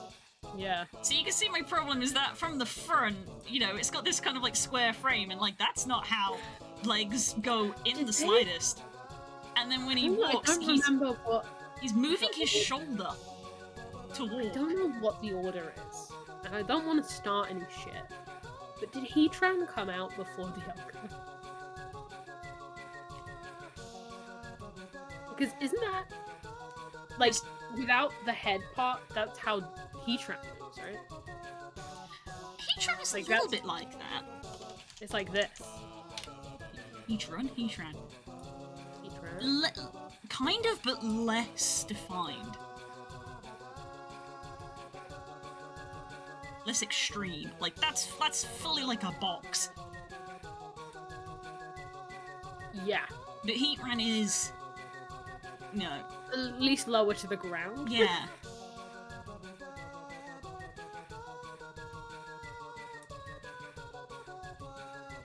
Yeah, you see it from the front, you were right about this, like... yeah, it doesn't look right. You were right as well, because I pulled up the Darkrai fight, and you're right, he spends most of it flying, which alleviates a lot of the problems. Yeah, because he's a dimensional Pokemon. He probably doesn't have to operate under gravity very often. No, I literally can't see a video of him walking, like, normally. Ichiran works because he's low-centered, Dialga is supporting his weight in his abs. Right? It's because Dialga's also got like this long thin neck with a quite large head on it, whereas Heatran has like no neck, it's just a little contained body. Which again is why I turned the camera upwards to try and get this angle, but it's like that angle that leg is bending is just unnatural, which is why it's awkward to try to draw. Sorry, I've fallen down a bit of a rabbit hole. I'm watching a clip from Pokemon Generations, which includes Shadow Giratina. Oh, Origin Giratina, you mean? Yeah. I don't know what it's called. I just saw the Giratina arising from the soup. Have you never seen that? Did you never No! play Platinum? No! That's what it does in Platinum! I never played Platinum because my brother had Platinum. Hang on. He's made of spin soup. Yeah, hold up. Let me bring this over to the stream so that you can see. I gotta mute it, obviously. I feel like you need to witness this cutscene if you've never seen it. This was the alternate cutscene from Platinum. Yeah, this is exactly what I just watched in Generations. Yeah, So, Generations was like a one-to-one animation of what actually happens in the games, more so than the anime. I'll speed this up a little bit.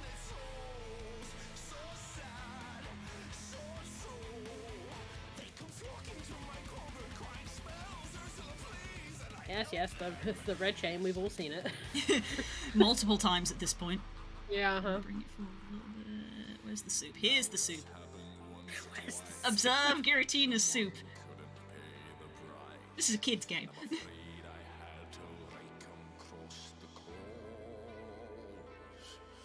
Yes, I've had an odd complaint, but on the whole, I've been a saint to those poor unfortunate. That's just as upsetting as the... I was expecting it to be less upsetting than the like, high-quality animation I just watched. No, that's somehow just as upsetting. In, like, a Toby Fox game kind of way. Look at this shit! Whoa! That actually scared me. It's terrifying! That's terrifying for a kid! A little smile, though.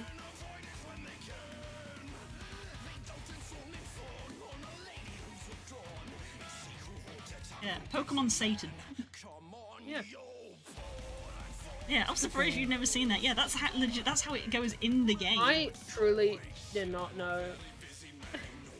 I truly thought Platinum was like other third games where there isn't anything different until the post game. Yes, you are correct. With the exception of that little bit, because that bit is Giratina grabs Cyrus and drags them into the Into hell. Yeah, essentially. That's what Cyrus deserves. Yeah, but because Cynthia's too good, they're like, well, we gotta try to save them because they are a human. And everybody goes, is he though? That's how they end up in the distortion Large world. gravity baby just needs hugs. The only Giratina content I've seen is from the Shaman movie. It's a good movie. Oh my god, literally I was like, Giratina Platinum cutscene, and I clicked the first one for that. I scrolled down like 2 videos and it literally says, Pokemon Platinum, Giratina jump scare reaction compilation. Yeah.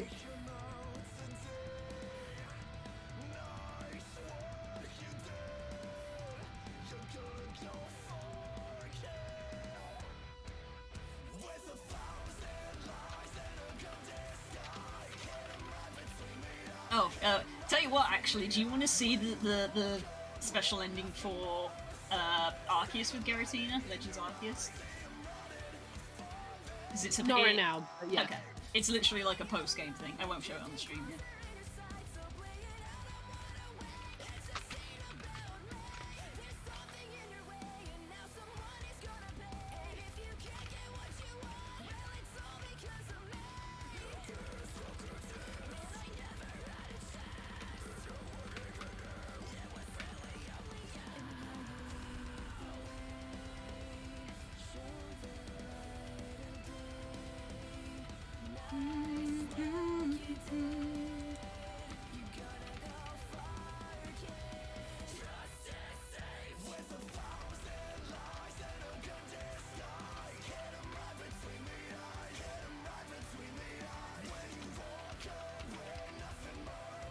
God, I forgot.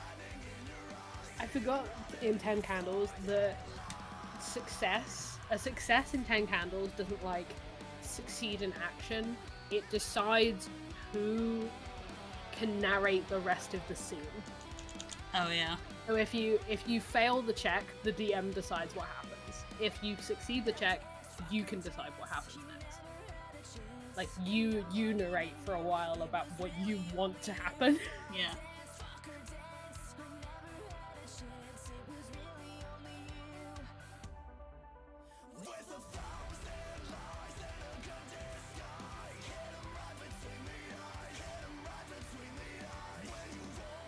Yeah, seizing narration. If a conflict is successful, therefore wins narration rights, the active player may choose to seize narration.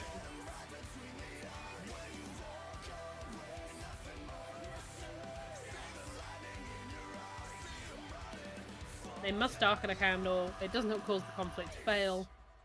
Instead, it wins narration rights for the player, and they may narrate the outcome of the successful conflict. However, this does end the scene, as darkened candles usually do. So it still progresses, but you have your hand on the reins for a bit.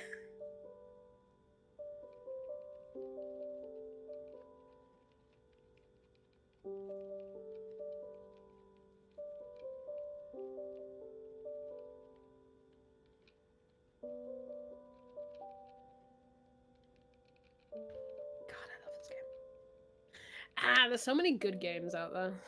I know, right? How to extend lifespan to run more tabletop RPGs.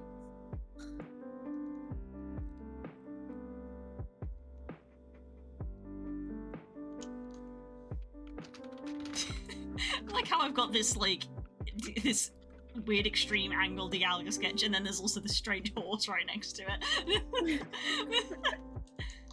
The music has got stuck on Ducktail. Oh, whoops, that would have happened before. Thank you. What? Basically, what I have learned is that if Spotify accidentally gets minimized, it doesn't update the player.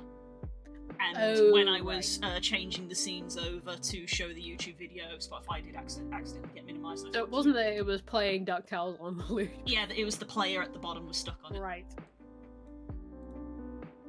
So thanks for catching that. In the same way of, it's weird because like I can, it must be something to do with how programs run, because if I minimize VC face and my throwables, my face tracking still runs perfectly fine. If I minimize Discord, the camera will freeze. Which is why it's always a nightmare. It's actually a nightmare to stream, because it's like, you have to have all of these windows open, but you can't minimize any of them. So your screen just becomes this absolute nest of open windows.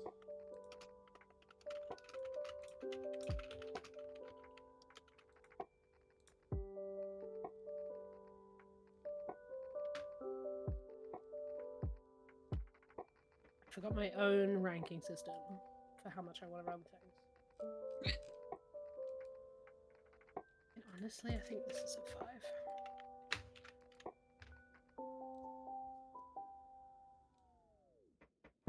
Yeah, my ranking system for how bad I want to run these is from 1, I want to run it, but you've got to come to me about it, to 5, I will pass away if I don't run it in the next 6 months.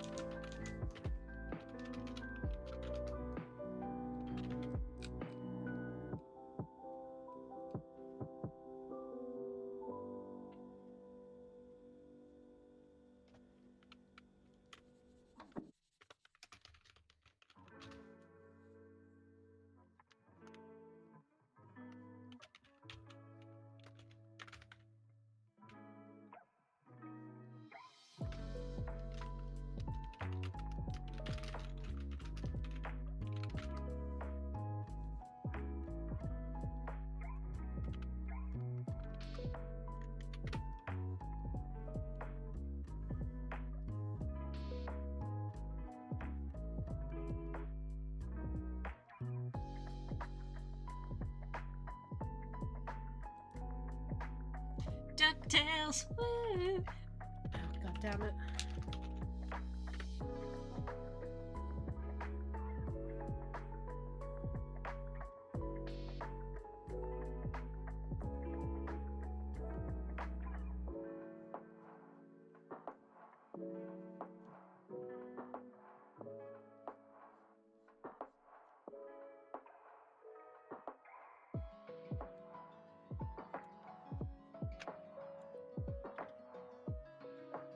I've just discovered that Cavalry Games, who make like Berserker, Wintry Hunger, and 10 Candles, is a one-man show.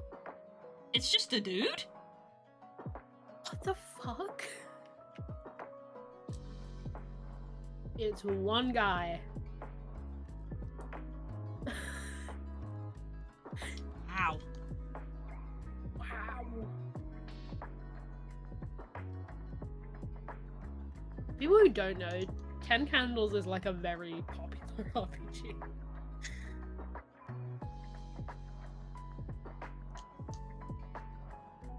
That's insane.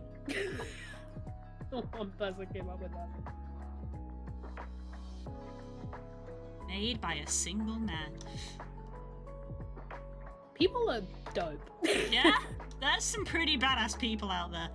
There's some people out there who put so much of themselves into making cool shit, and that's the best. Yeah. It also terrifies me slightly. Oh yeah. There's a lot of cool people out there who make so much cool stuff, and I'm just like, oh my god, you're so awesome, I am scared of you. Yeah.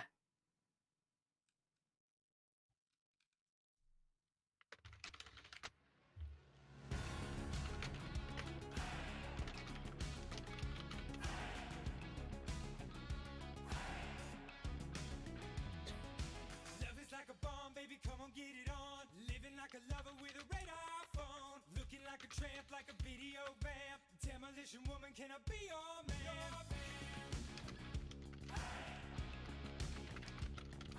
Dazzling and dazzling, I flash a little light. Television lover, baby, go all night. Sometime, anytime, sugar me sweet. Little miss innocent, sugar me, yeah.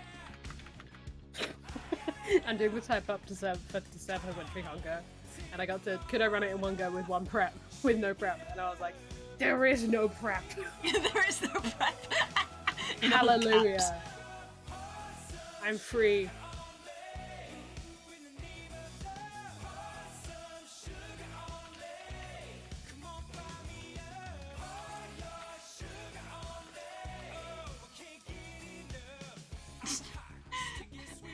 I was just saying, well, I think you guys can't see that, but I feel like by saying that, I'm obligated to move that window so that you can see, which was I hit the button to save, and the little pop-up window of the last thing I had saved opened up, which was, I am censoring it currently. yeah, which was, that.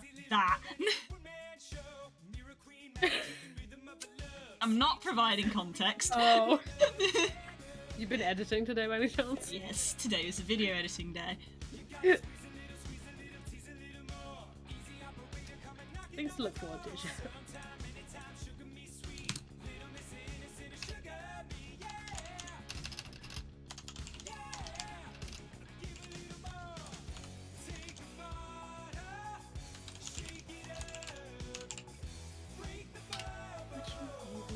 All this.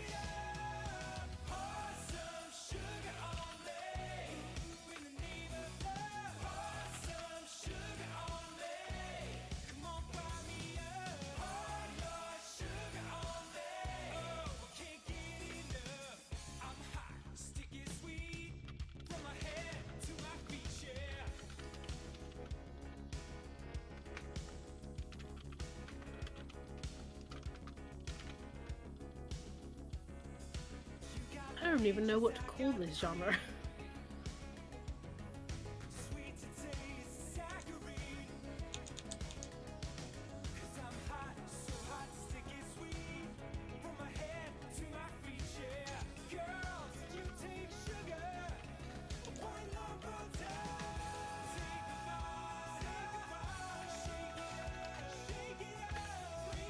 I can't let you do that, Star Fox. Why didn't we make that joke at the end? It was right there. I've literally been making the joke the entire playthrough. And then at the very end, when the final boss appears, none of us said it. I'm afraid I can't let you do that, Starbucks.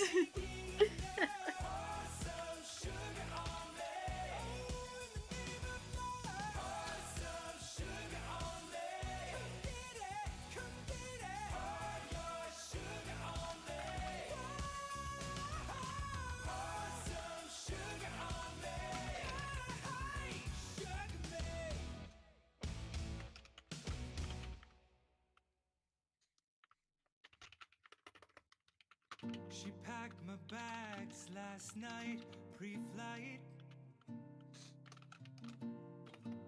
0 hour, 9 a.m. And I'm gonna be high as a kite by then.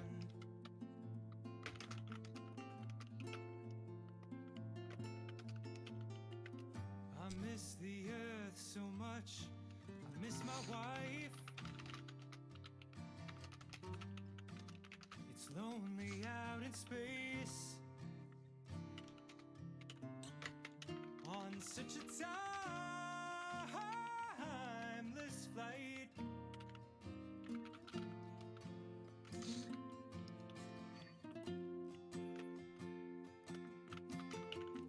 And I think it's gonna be a long, long time till touchdown brings me round again to find I'm not the man they think I am at home. Oh no, no, no. I'm a rocket man. Rocket man, burning out his fuse up here alone.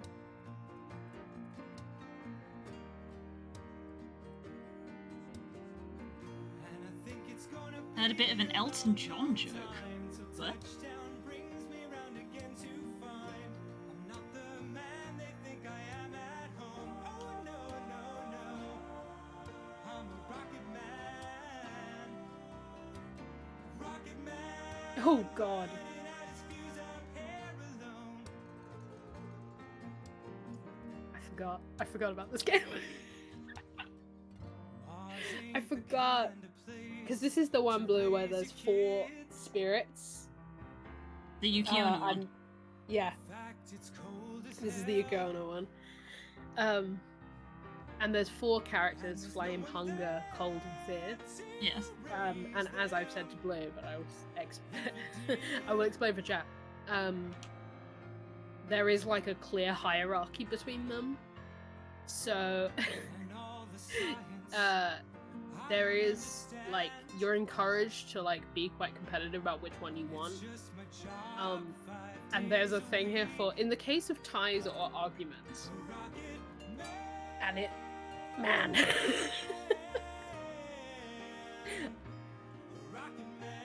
I kind of wanted to just read this whole thing out. This is a lot of this is obviously narrative flair on what would be a very normal tiebreaker. But man, what narrative flair it is. If 2 spirits wish to claim the same token, a challenge will be required to settle the discord. Each competing spirit must draw forth their hoarfrost knives and of windswept rime and duel to the death. Crimson the snow with your astral blood until one spirit's body yields to their wounds. A yielding spirit is weak and shall take whatever token the winning spirit hands them from among those remaining. They should then leave the table in shame until the remaining spirits have chosen their token. Wow. If knives are unavailable, a challenge of another sort may be issued. Once all tokens have been chosen, any weak spirits may return to the table and collectively all shall proceed. Jesus, okay. Yep. Knives But out. I just love, yeah, hey, I just love all that flair, but you would probably just settle it with, like, Coin rollies. flip, yeah. Mwah. And I think It's about the gonna drama. be a long, long time.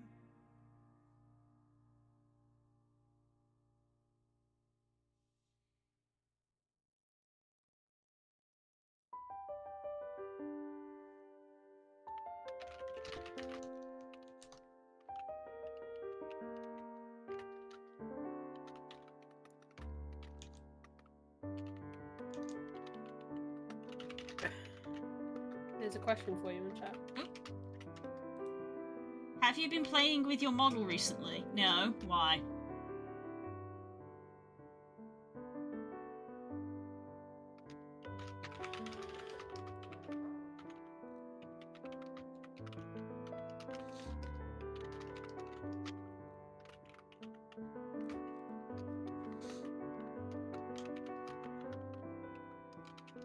I just noticed the left cheek is discoloured.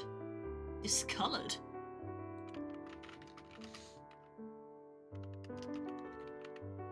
The cheeks aren't discoloured.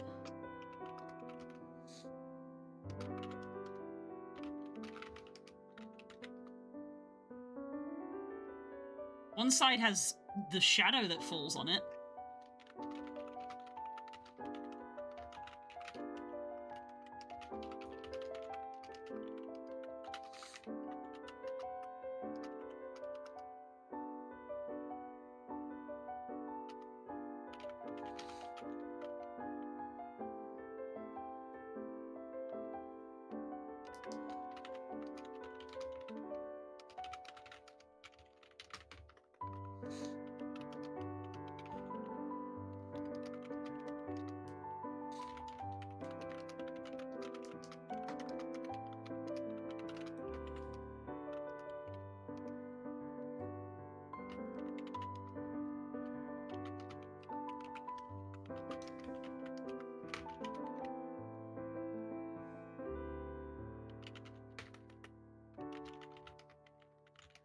So far, my only finding out that this is just one guy is insane, because so far the only like fives like I really want to run them have been by this one guy.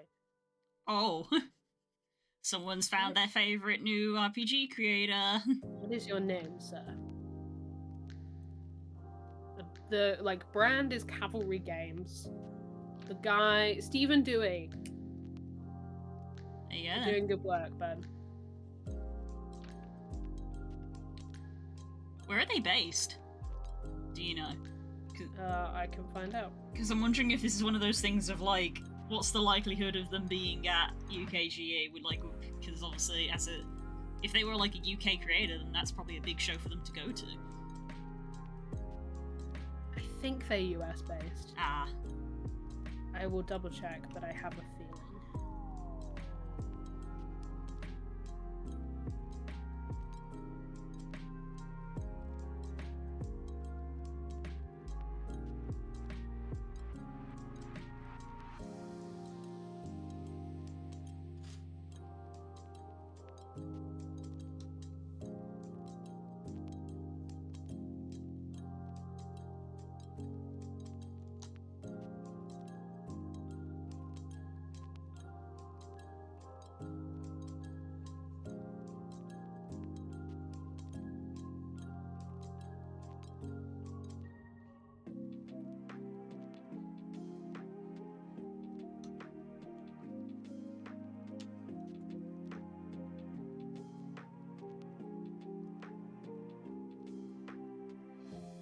Yes, they are US based. excuse me. Bless you. Ah, that one hurt a little bit.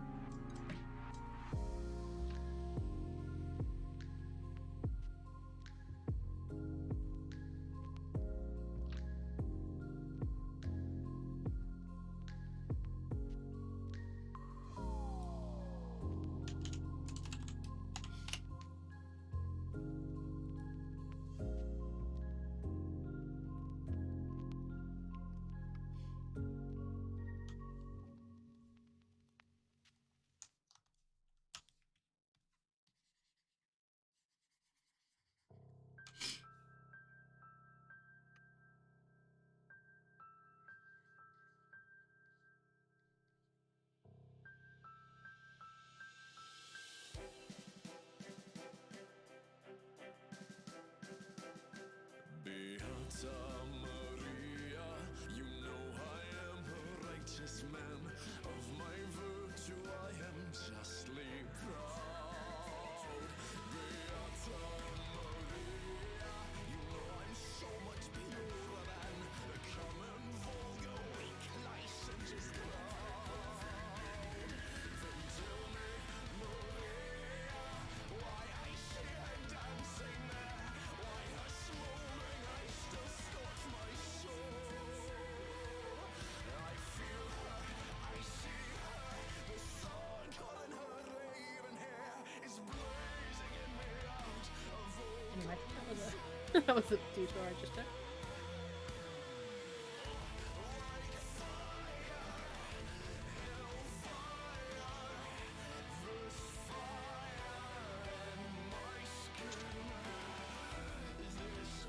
I put the Quiet Year on here. It doesn't have a GM.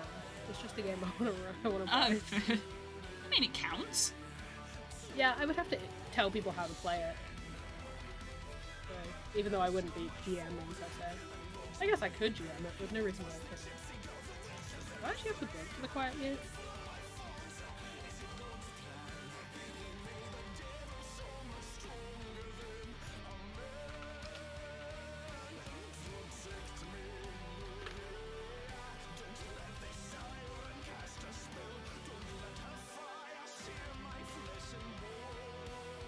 I actually don't, I don't think.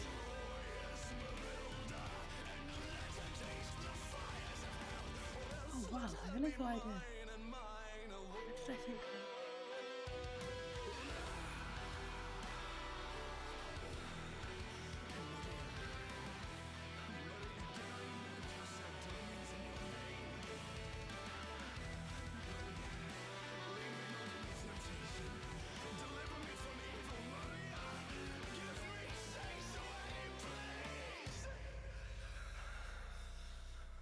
I will find her.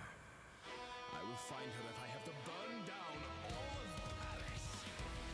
Hellfire, dark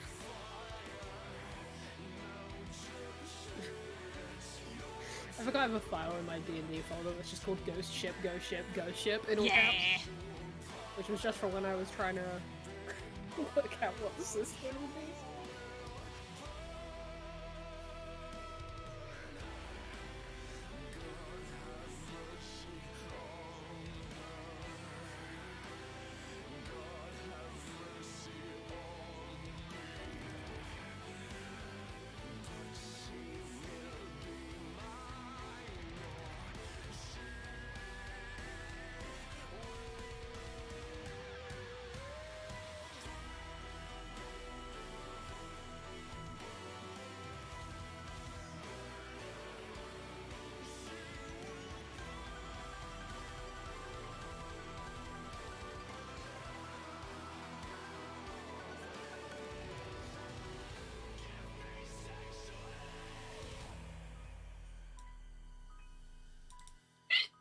Excuse me.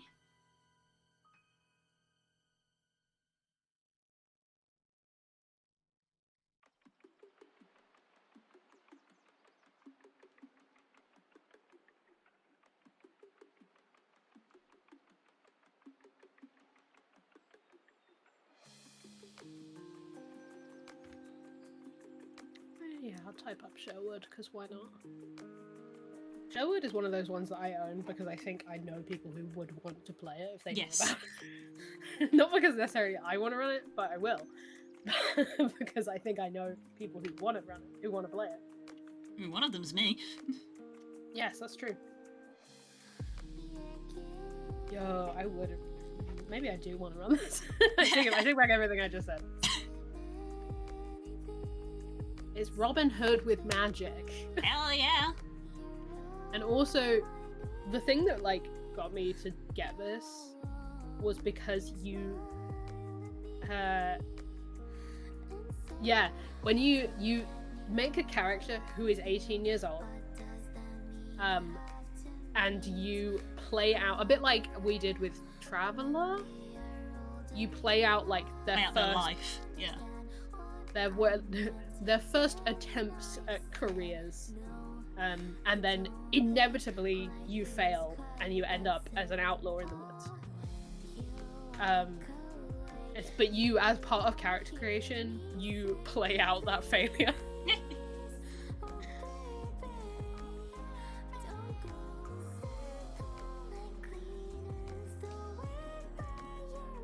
Yeah, as your outlaw turns 18 and goes through character creation, they will have chances to improve their attributes and gain skills. When your outlaw gains a skill for the first time, it becomes 1, and each time they gain a skill after that, add 1. When your outlaw turns 18, they can either start an outlaw's life, despite being poorly prepared, or begin their first career. Yeah, that's a lot like Traveller. It's like when you've gone through the mandatory like first two, it's like you can technically I think they call it mustering out in Traveller. Yes. It's like you can muster out and start, and it's like you haven't got any of the debuffs of like old age and stuff, but there's also just like you've got less experience, you have less skills.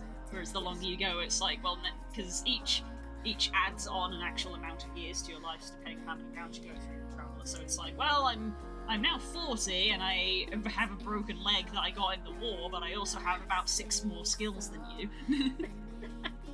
That was my my pirate man. Yeah. Then there was my trash pirate guy. My trash barbarian, as I called them, who literally failed every Who ended single up role in- of character creation. Who ended up in... Ended up being Tosca. Which I still need to think of an alternate name for, because Tosca is a VRC avatar creator and I shouldn't steal their name. I should run more Ghost Ship. Yeah. I Which is didn't a put shame Ghost Ship on this because, like, list because we've kind of started it. Yeah. Problem is that unfortunately my brain has latched the name Tosca to the character, so I need to I want something that's You need like to fudge it. yeah, something that's similar sounding. See, this is kind of what I like about this. This is another... I know we've talked about this book so many times, but we really can't emphasize how good it is. And also I met the creators at UK Games, and they were great. We did technically the first part of the Last Rites campaign. Yeah. And we could leave it there and be perfectly happy with it, or there are another 4 parts to it. So we could also run 3 more sessions of it if we wanted. Yay. And they wouldn't have to have all the same players, they would just need to carry over some of the knowledge.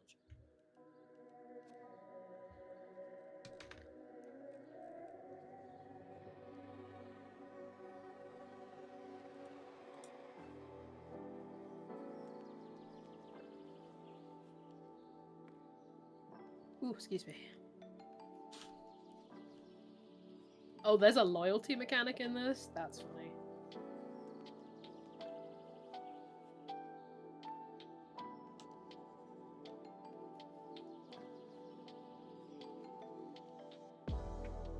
Oh, legend is a stat?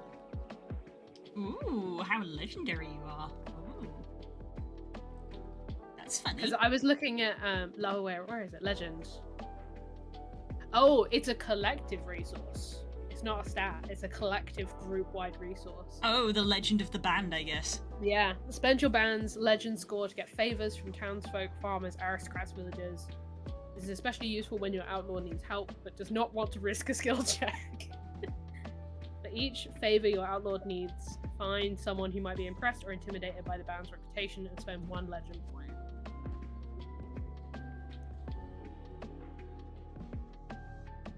There's a bunch of caveats to it. And the GM can give out legend points. But the reason why I even saw that was because I was looking for some reason at the downtime thing, and one of the things you can do on the downtime is acts of kindness. Your outlaw performs good deeds for the villagers, farms, and estates in Sherwood, such as distributing food, returning personal property, or helping people to protect from the sheriff.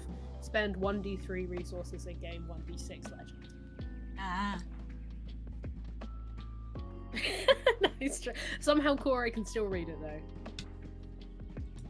God, I dread to think all the clips I've created on Twitch on my whole time on Twitch. How many of them are of me? That's a better question. The moment Voz learned that they could make clips, the amount of clips of my channel quadrupled. Yeah, for real. There's a thing here for if you want to Affectionate. convert existing characters from other systems to this system, and they've just called it the Dragon Games. The Dragon Game!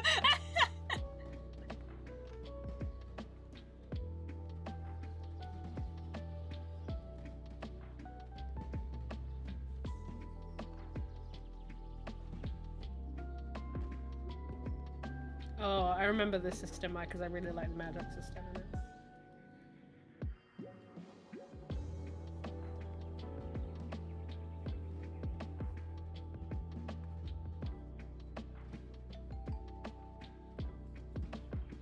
It's not the majority of you, but they are mostly things that make no sense. A lot of mine, if I recall, I think I have accessed that menu before. It's a lot of like where I was trying to clip something and I went too far one way or another. Right. Oh god, do I even want to?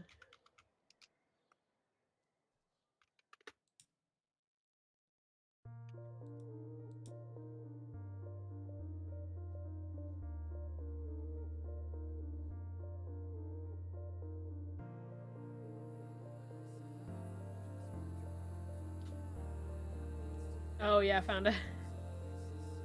What do we think? Oh no. There we go. What do we think the first?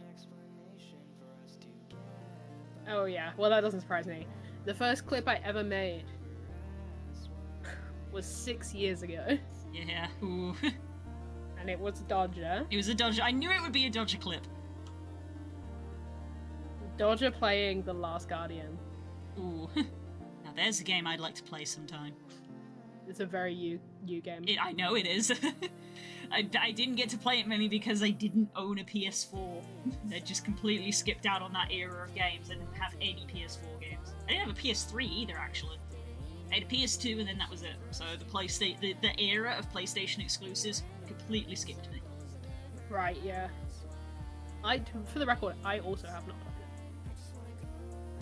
I also want to play this- Shadow of the Colossus, which is obviously by it. the Yes, same. I own that game, but I have not played it. And then it's you.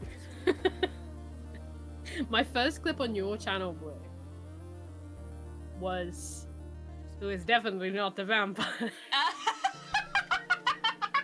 It's a Blood and Sand clip!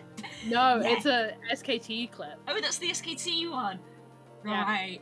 Oh yeah, now I remember. Yeah, SKT down in the down underground. I always want to call him Strahd. Well, he was You know called who Vlad. Vlad, yeah. And that's literally the joke. My name is Vlad, and both me and Erin go, and he's definitely not Definitely a not the vampire. vampire. Yeah, it's a lot of your clip, and then it's one of my own channel. Yeah, it's a lot of yours. It's mostly you. I think I said this before, but it's gonna be so fascinating to me when we actually start up D&D again, because I've got a lot of people that follow my channel and watch regularly Yeah, that a lot have of you never guys haven't been around. seen a D&D game, because we haven't had one for like 6 months. Because we've been on a break because you have work to do, and then Das had stuff to do as well, and then I've got in theory a move happening very soon. So it's going to be interesting, and I feel like I'm going to have to like remind people in advance to just be like, I'm sorry, but we don't interact with the chat during D&D games because we're focused on the game and we don't want to pull people out of it. So it's like chat's there, and I keep an eye on it. But there's not obviously it's it's like if you're gonna watch I'll Critical interact with Role. chat if I'm not in the middle of something. Yeah, like I think that's quite common for. I think that's like the standard for a lot of D&D games on Twitch is that they won't actually interact with the chat because they're in the game. I'm just like it's gonna be interesting for people to see.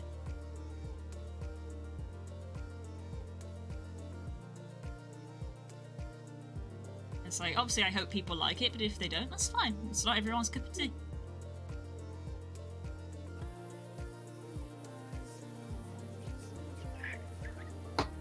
Sorry. I was like, what is this one Philosophy Tube clip? What Philosophy Tube stream have I watched? And it was when she did the for charity It wasn't the one where she read the entire collective works of Shakespeare.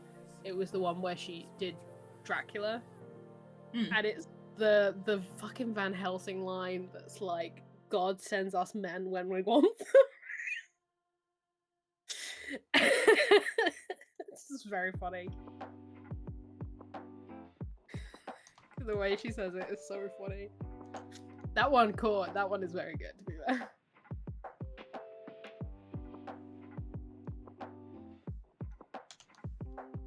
I think the first clip that I ever made of my own channel, I don't know if it's the first clip that I ever made ever, is when I was doing a stream, like literally one of my first ever streams, just testing Twitch.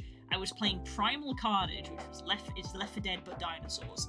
Yes. And I think I'd leapt at someone as a velociraptor, successfully killed them, and I was quickly running away so I didn't get shot, and I was like, ha ha ha ha, and then I died to the waterfall on the map. I jumped in a river, didn't realise the current was too strong, and it just immediately sent me off the edge, and I died, and I was just like, I think that's my first clip. What is this one gonna be? This is lost footage now. Lost footage? Oh no, found footage? I can't even watch it. No. Is it too cringe? No. It's from a certain part in Endwalker. Oh. Basically, Jesse's playthrough of Endwalker, one video of his got completely lost. Aww. His backup corrupted and no one had a copy of it. But it's also one of the best moments in the game, in the entire game. If I'm gonna put it out there, it's maybe like in my top 5 moments in video games.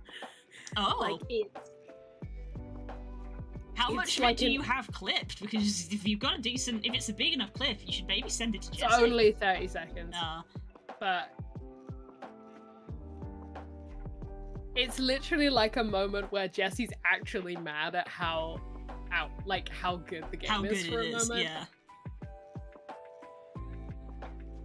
Because I remember he does replay the next stream because he fucks up the mission straight after this and has to replay. There's several cutscenes. But he was talking about it and he was like, I literally can't believe they did this. And it's the most, like, you can tell by how, like, this I'm getting, but like, oh my god, it changed my life. People who know. My Final Fantasy people, it's in from the cold. It's in from the cold. But it's next level. It's insane on a story level, a meta level, and like a medium level. Oh. It's that good, and I'm not exaggerating. I'll get there sometime, don't worry. You will, I believe in you. And it's not a race, and I can. Yeah, I'm just on the Guild Wars hype. I know. And it's you play very things hype. that are fun for you. If you never get there, it doesn't matter. Yeah, I'm in the seat that you were in like 3 years ago, which is I'm playing a game and I'm loving the story and I'm trying to share with people. I'm just like, I love this story and it's good and nobody's playing it with me and I'm sad. Yes. Also, it's 11 past 11. Oh shit. We need to go. Yeah, we need to go. My bladder reminded me of just like, hey, you've not moved for 3 hours. We need to leave, gamers. Yeah, we gotta go to bed, bro. We were well in that. we were in the sauce. We're lost in the sauce. Okay, I feel a little bit better with the where I've ended up here, considering that like all of these I was supremely unhappy with.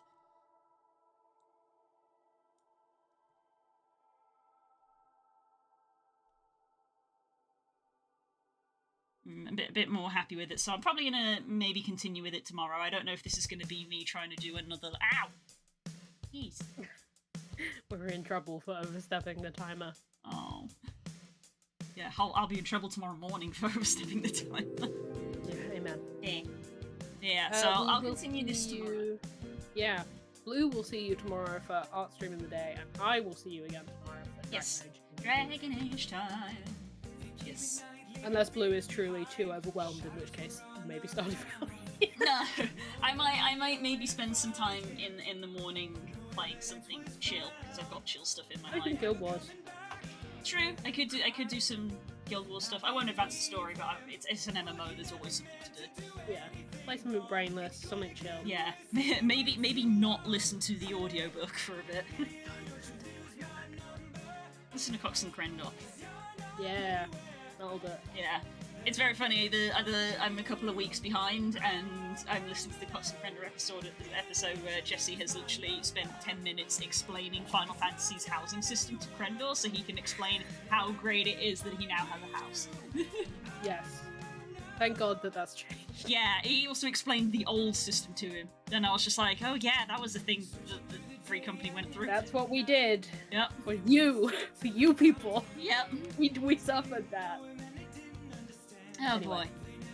Alright. I'm glad you're screaming at me. See you guys tomorrow. Have a good evening. Mwah. Love you all. Bye. Bye bye bye.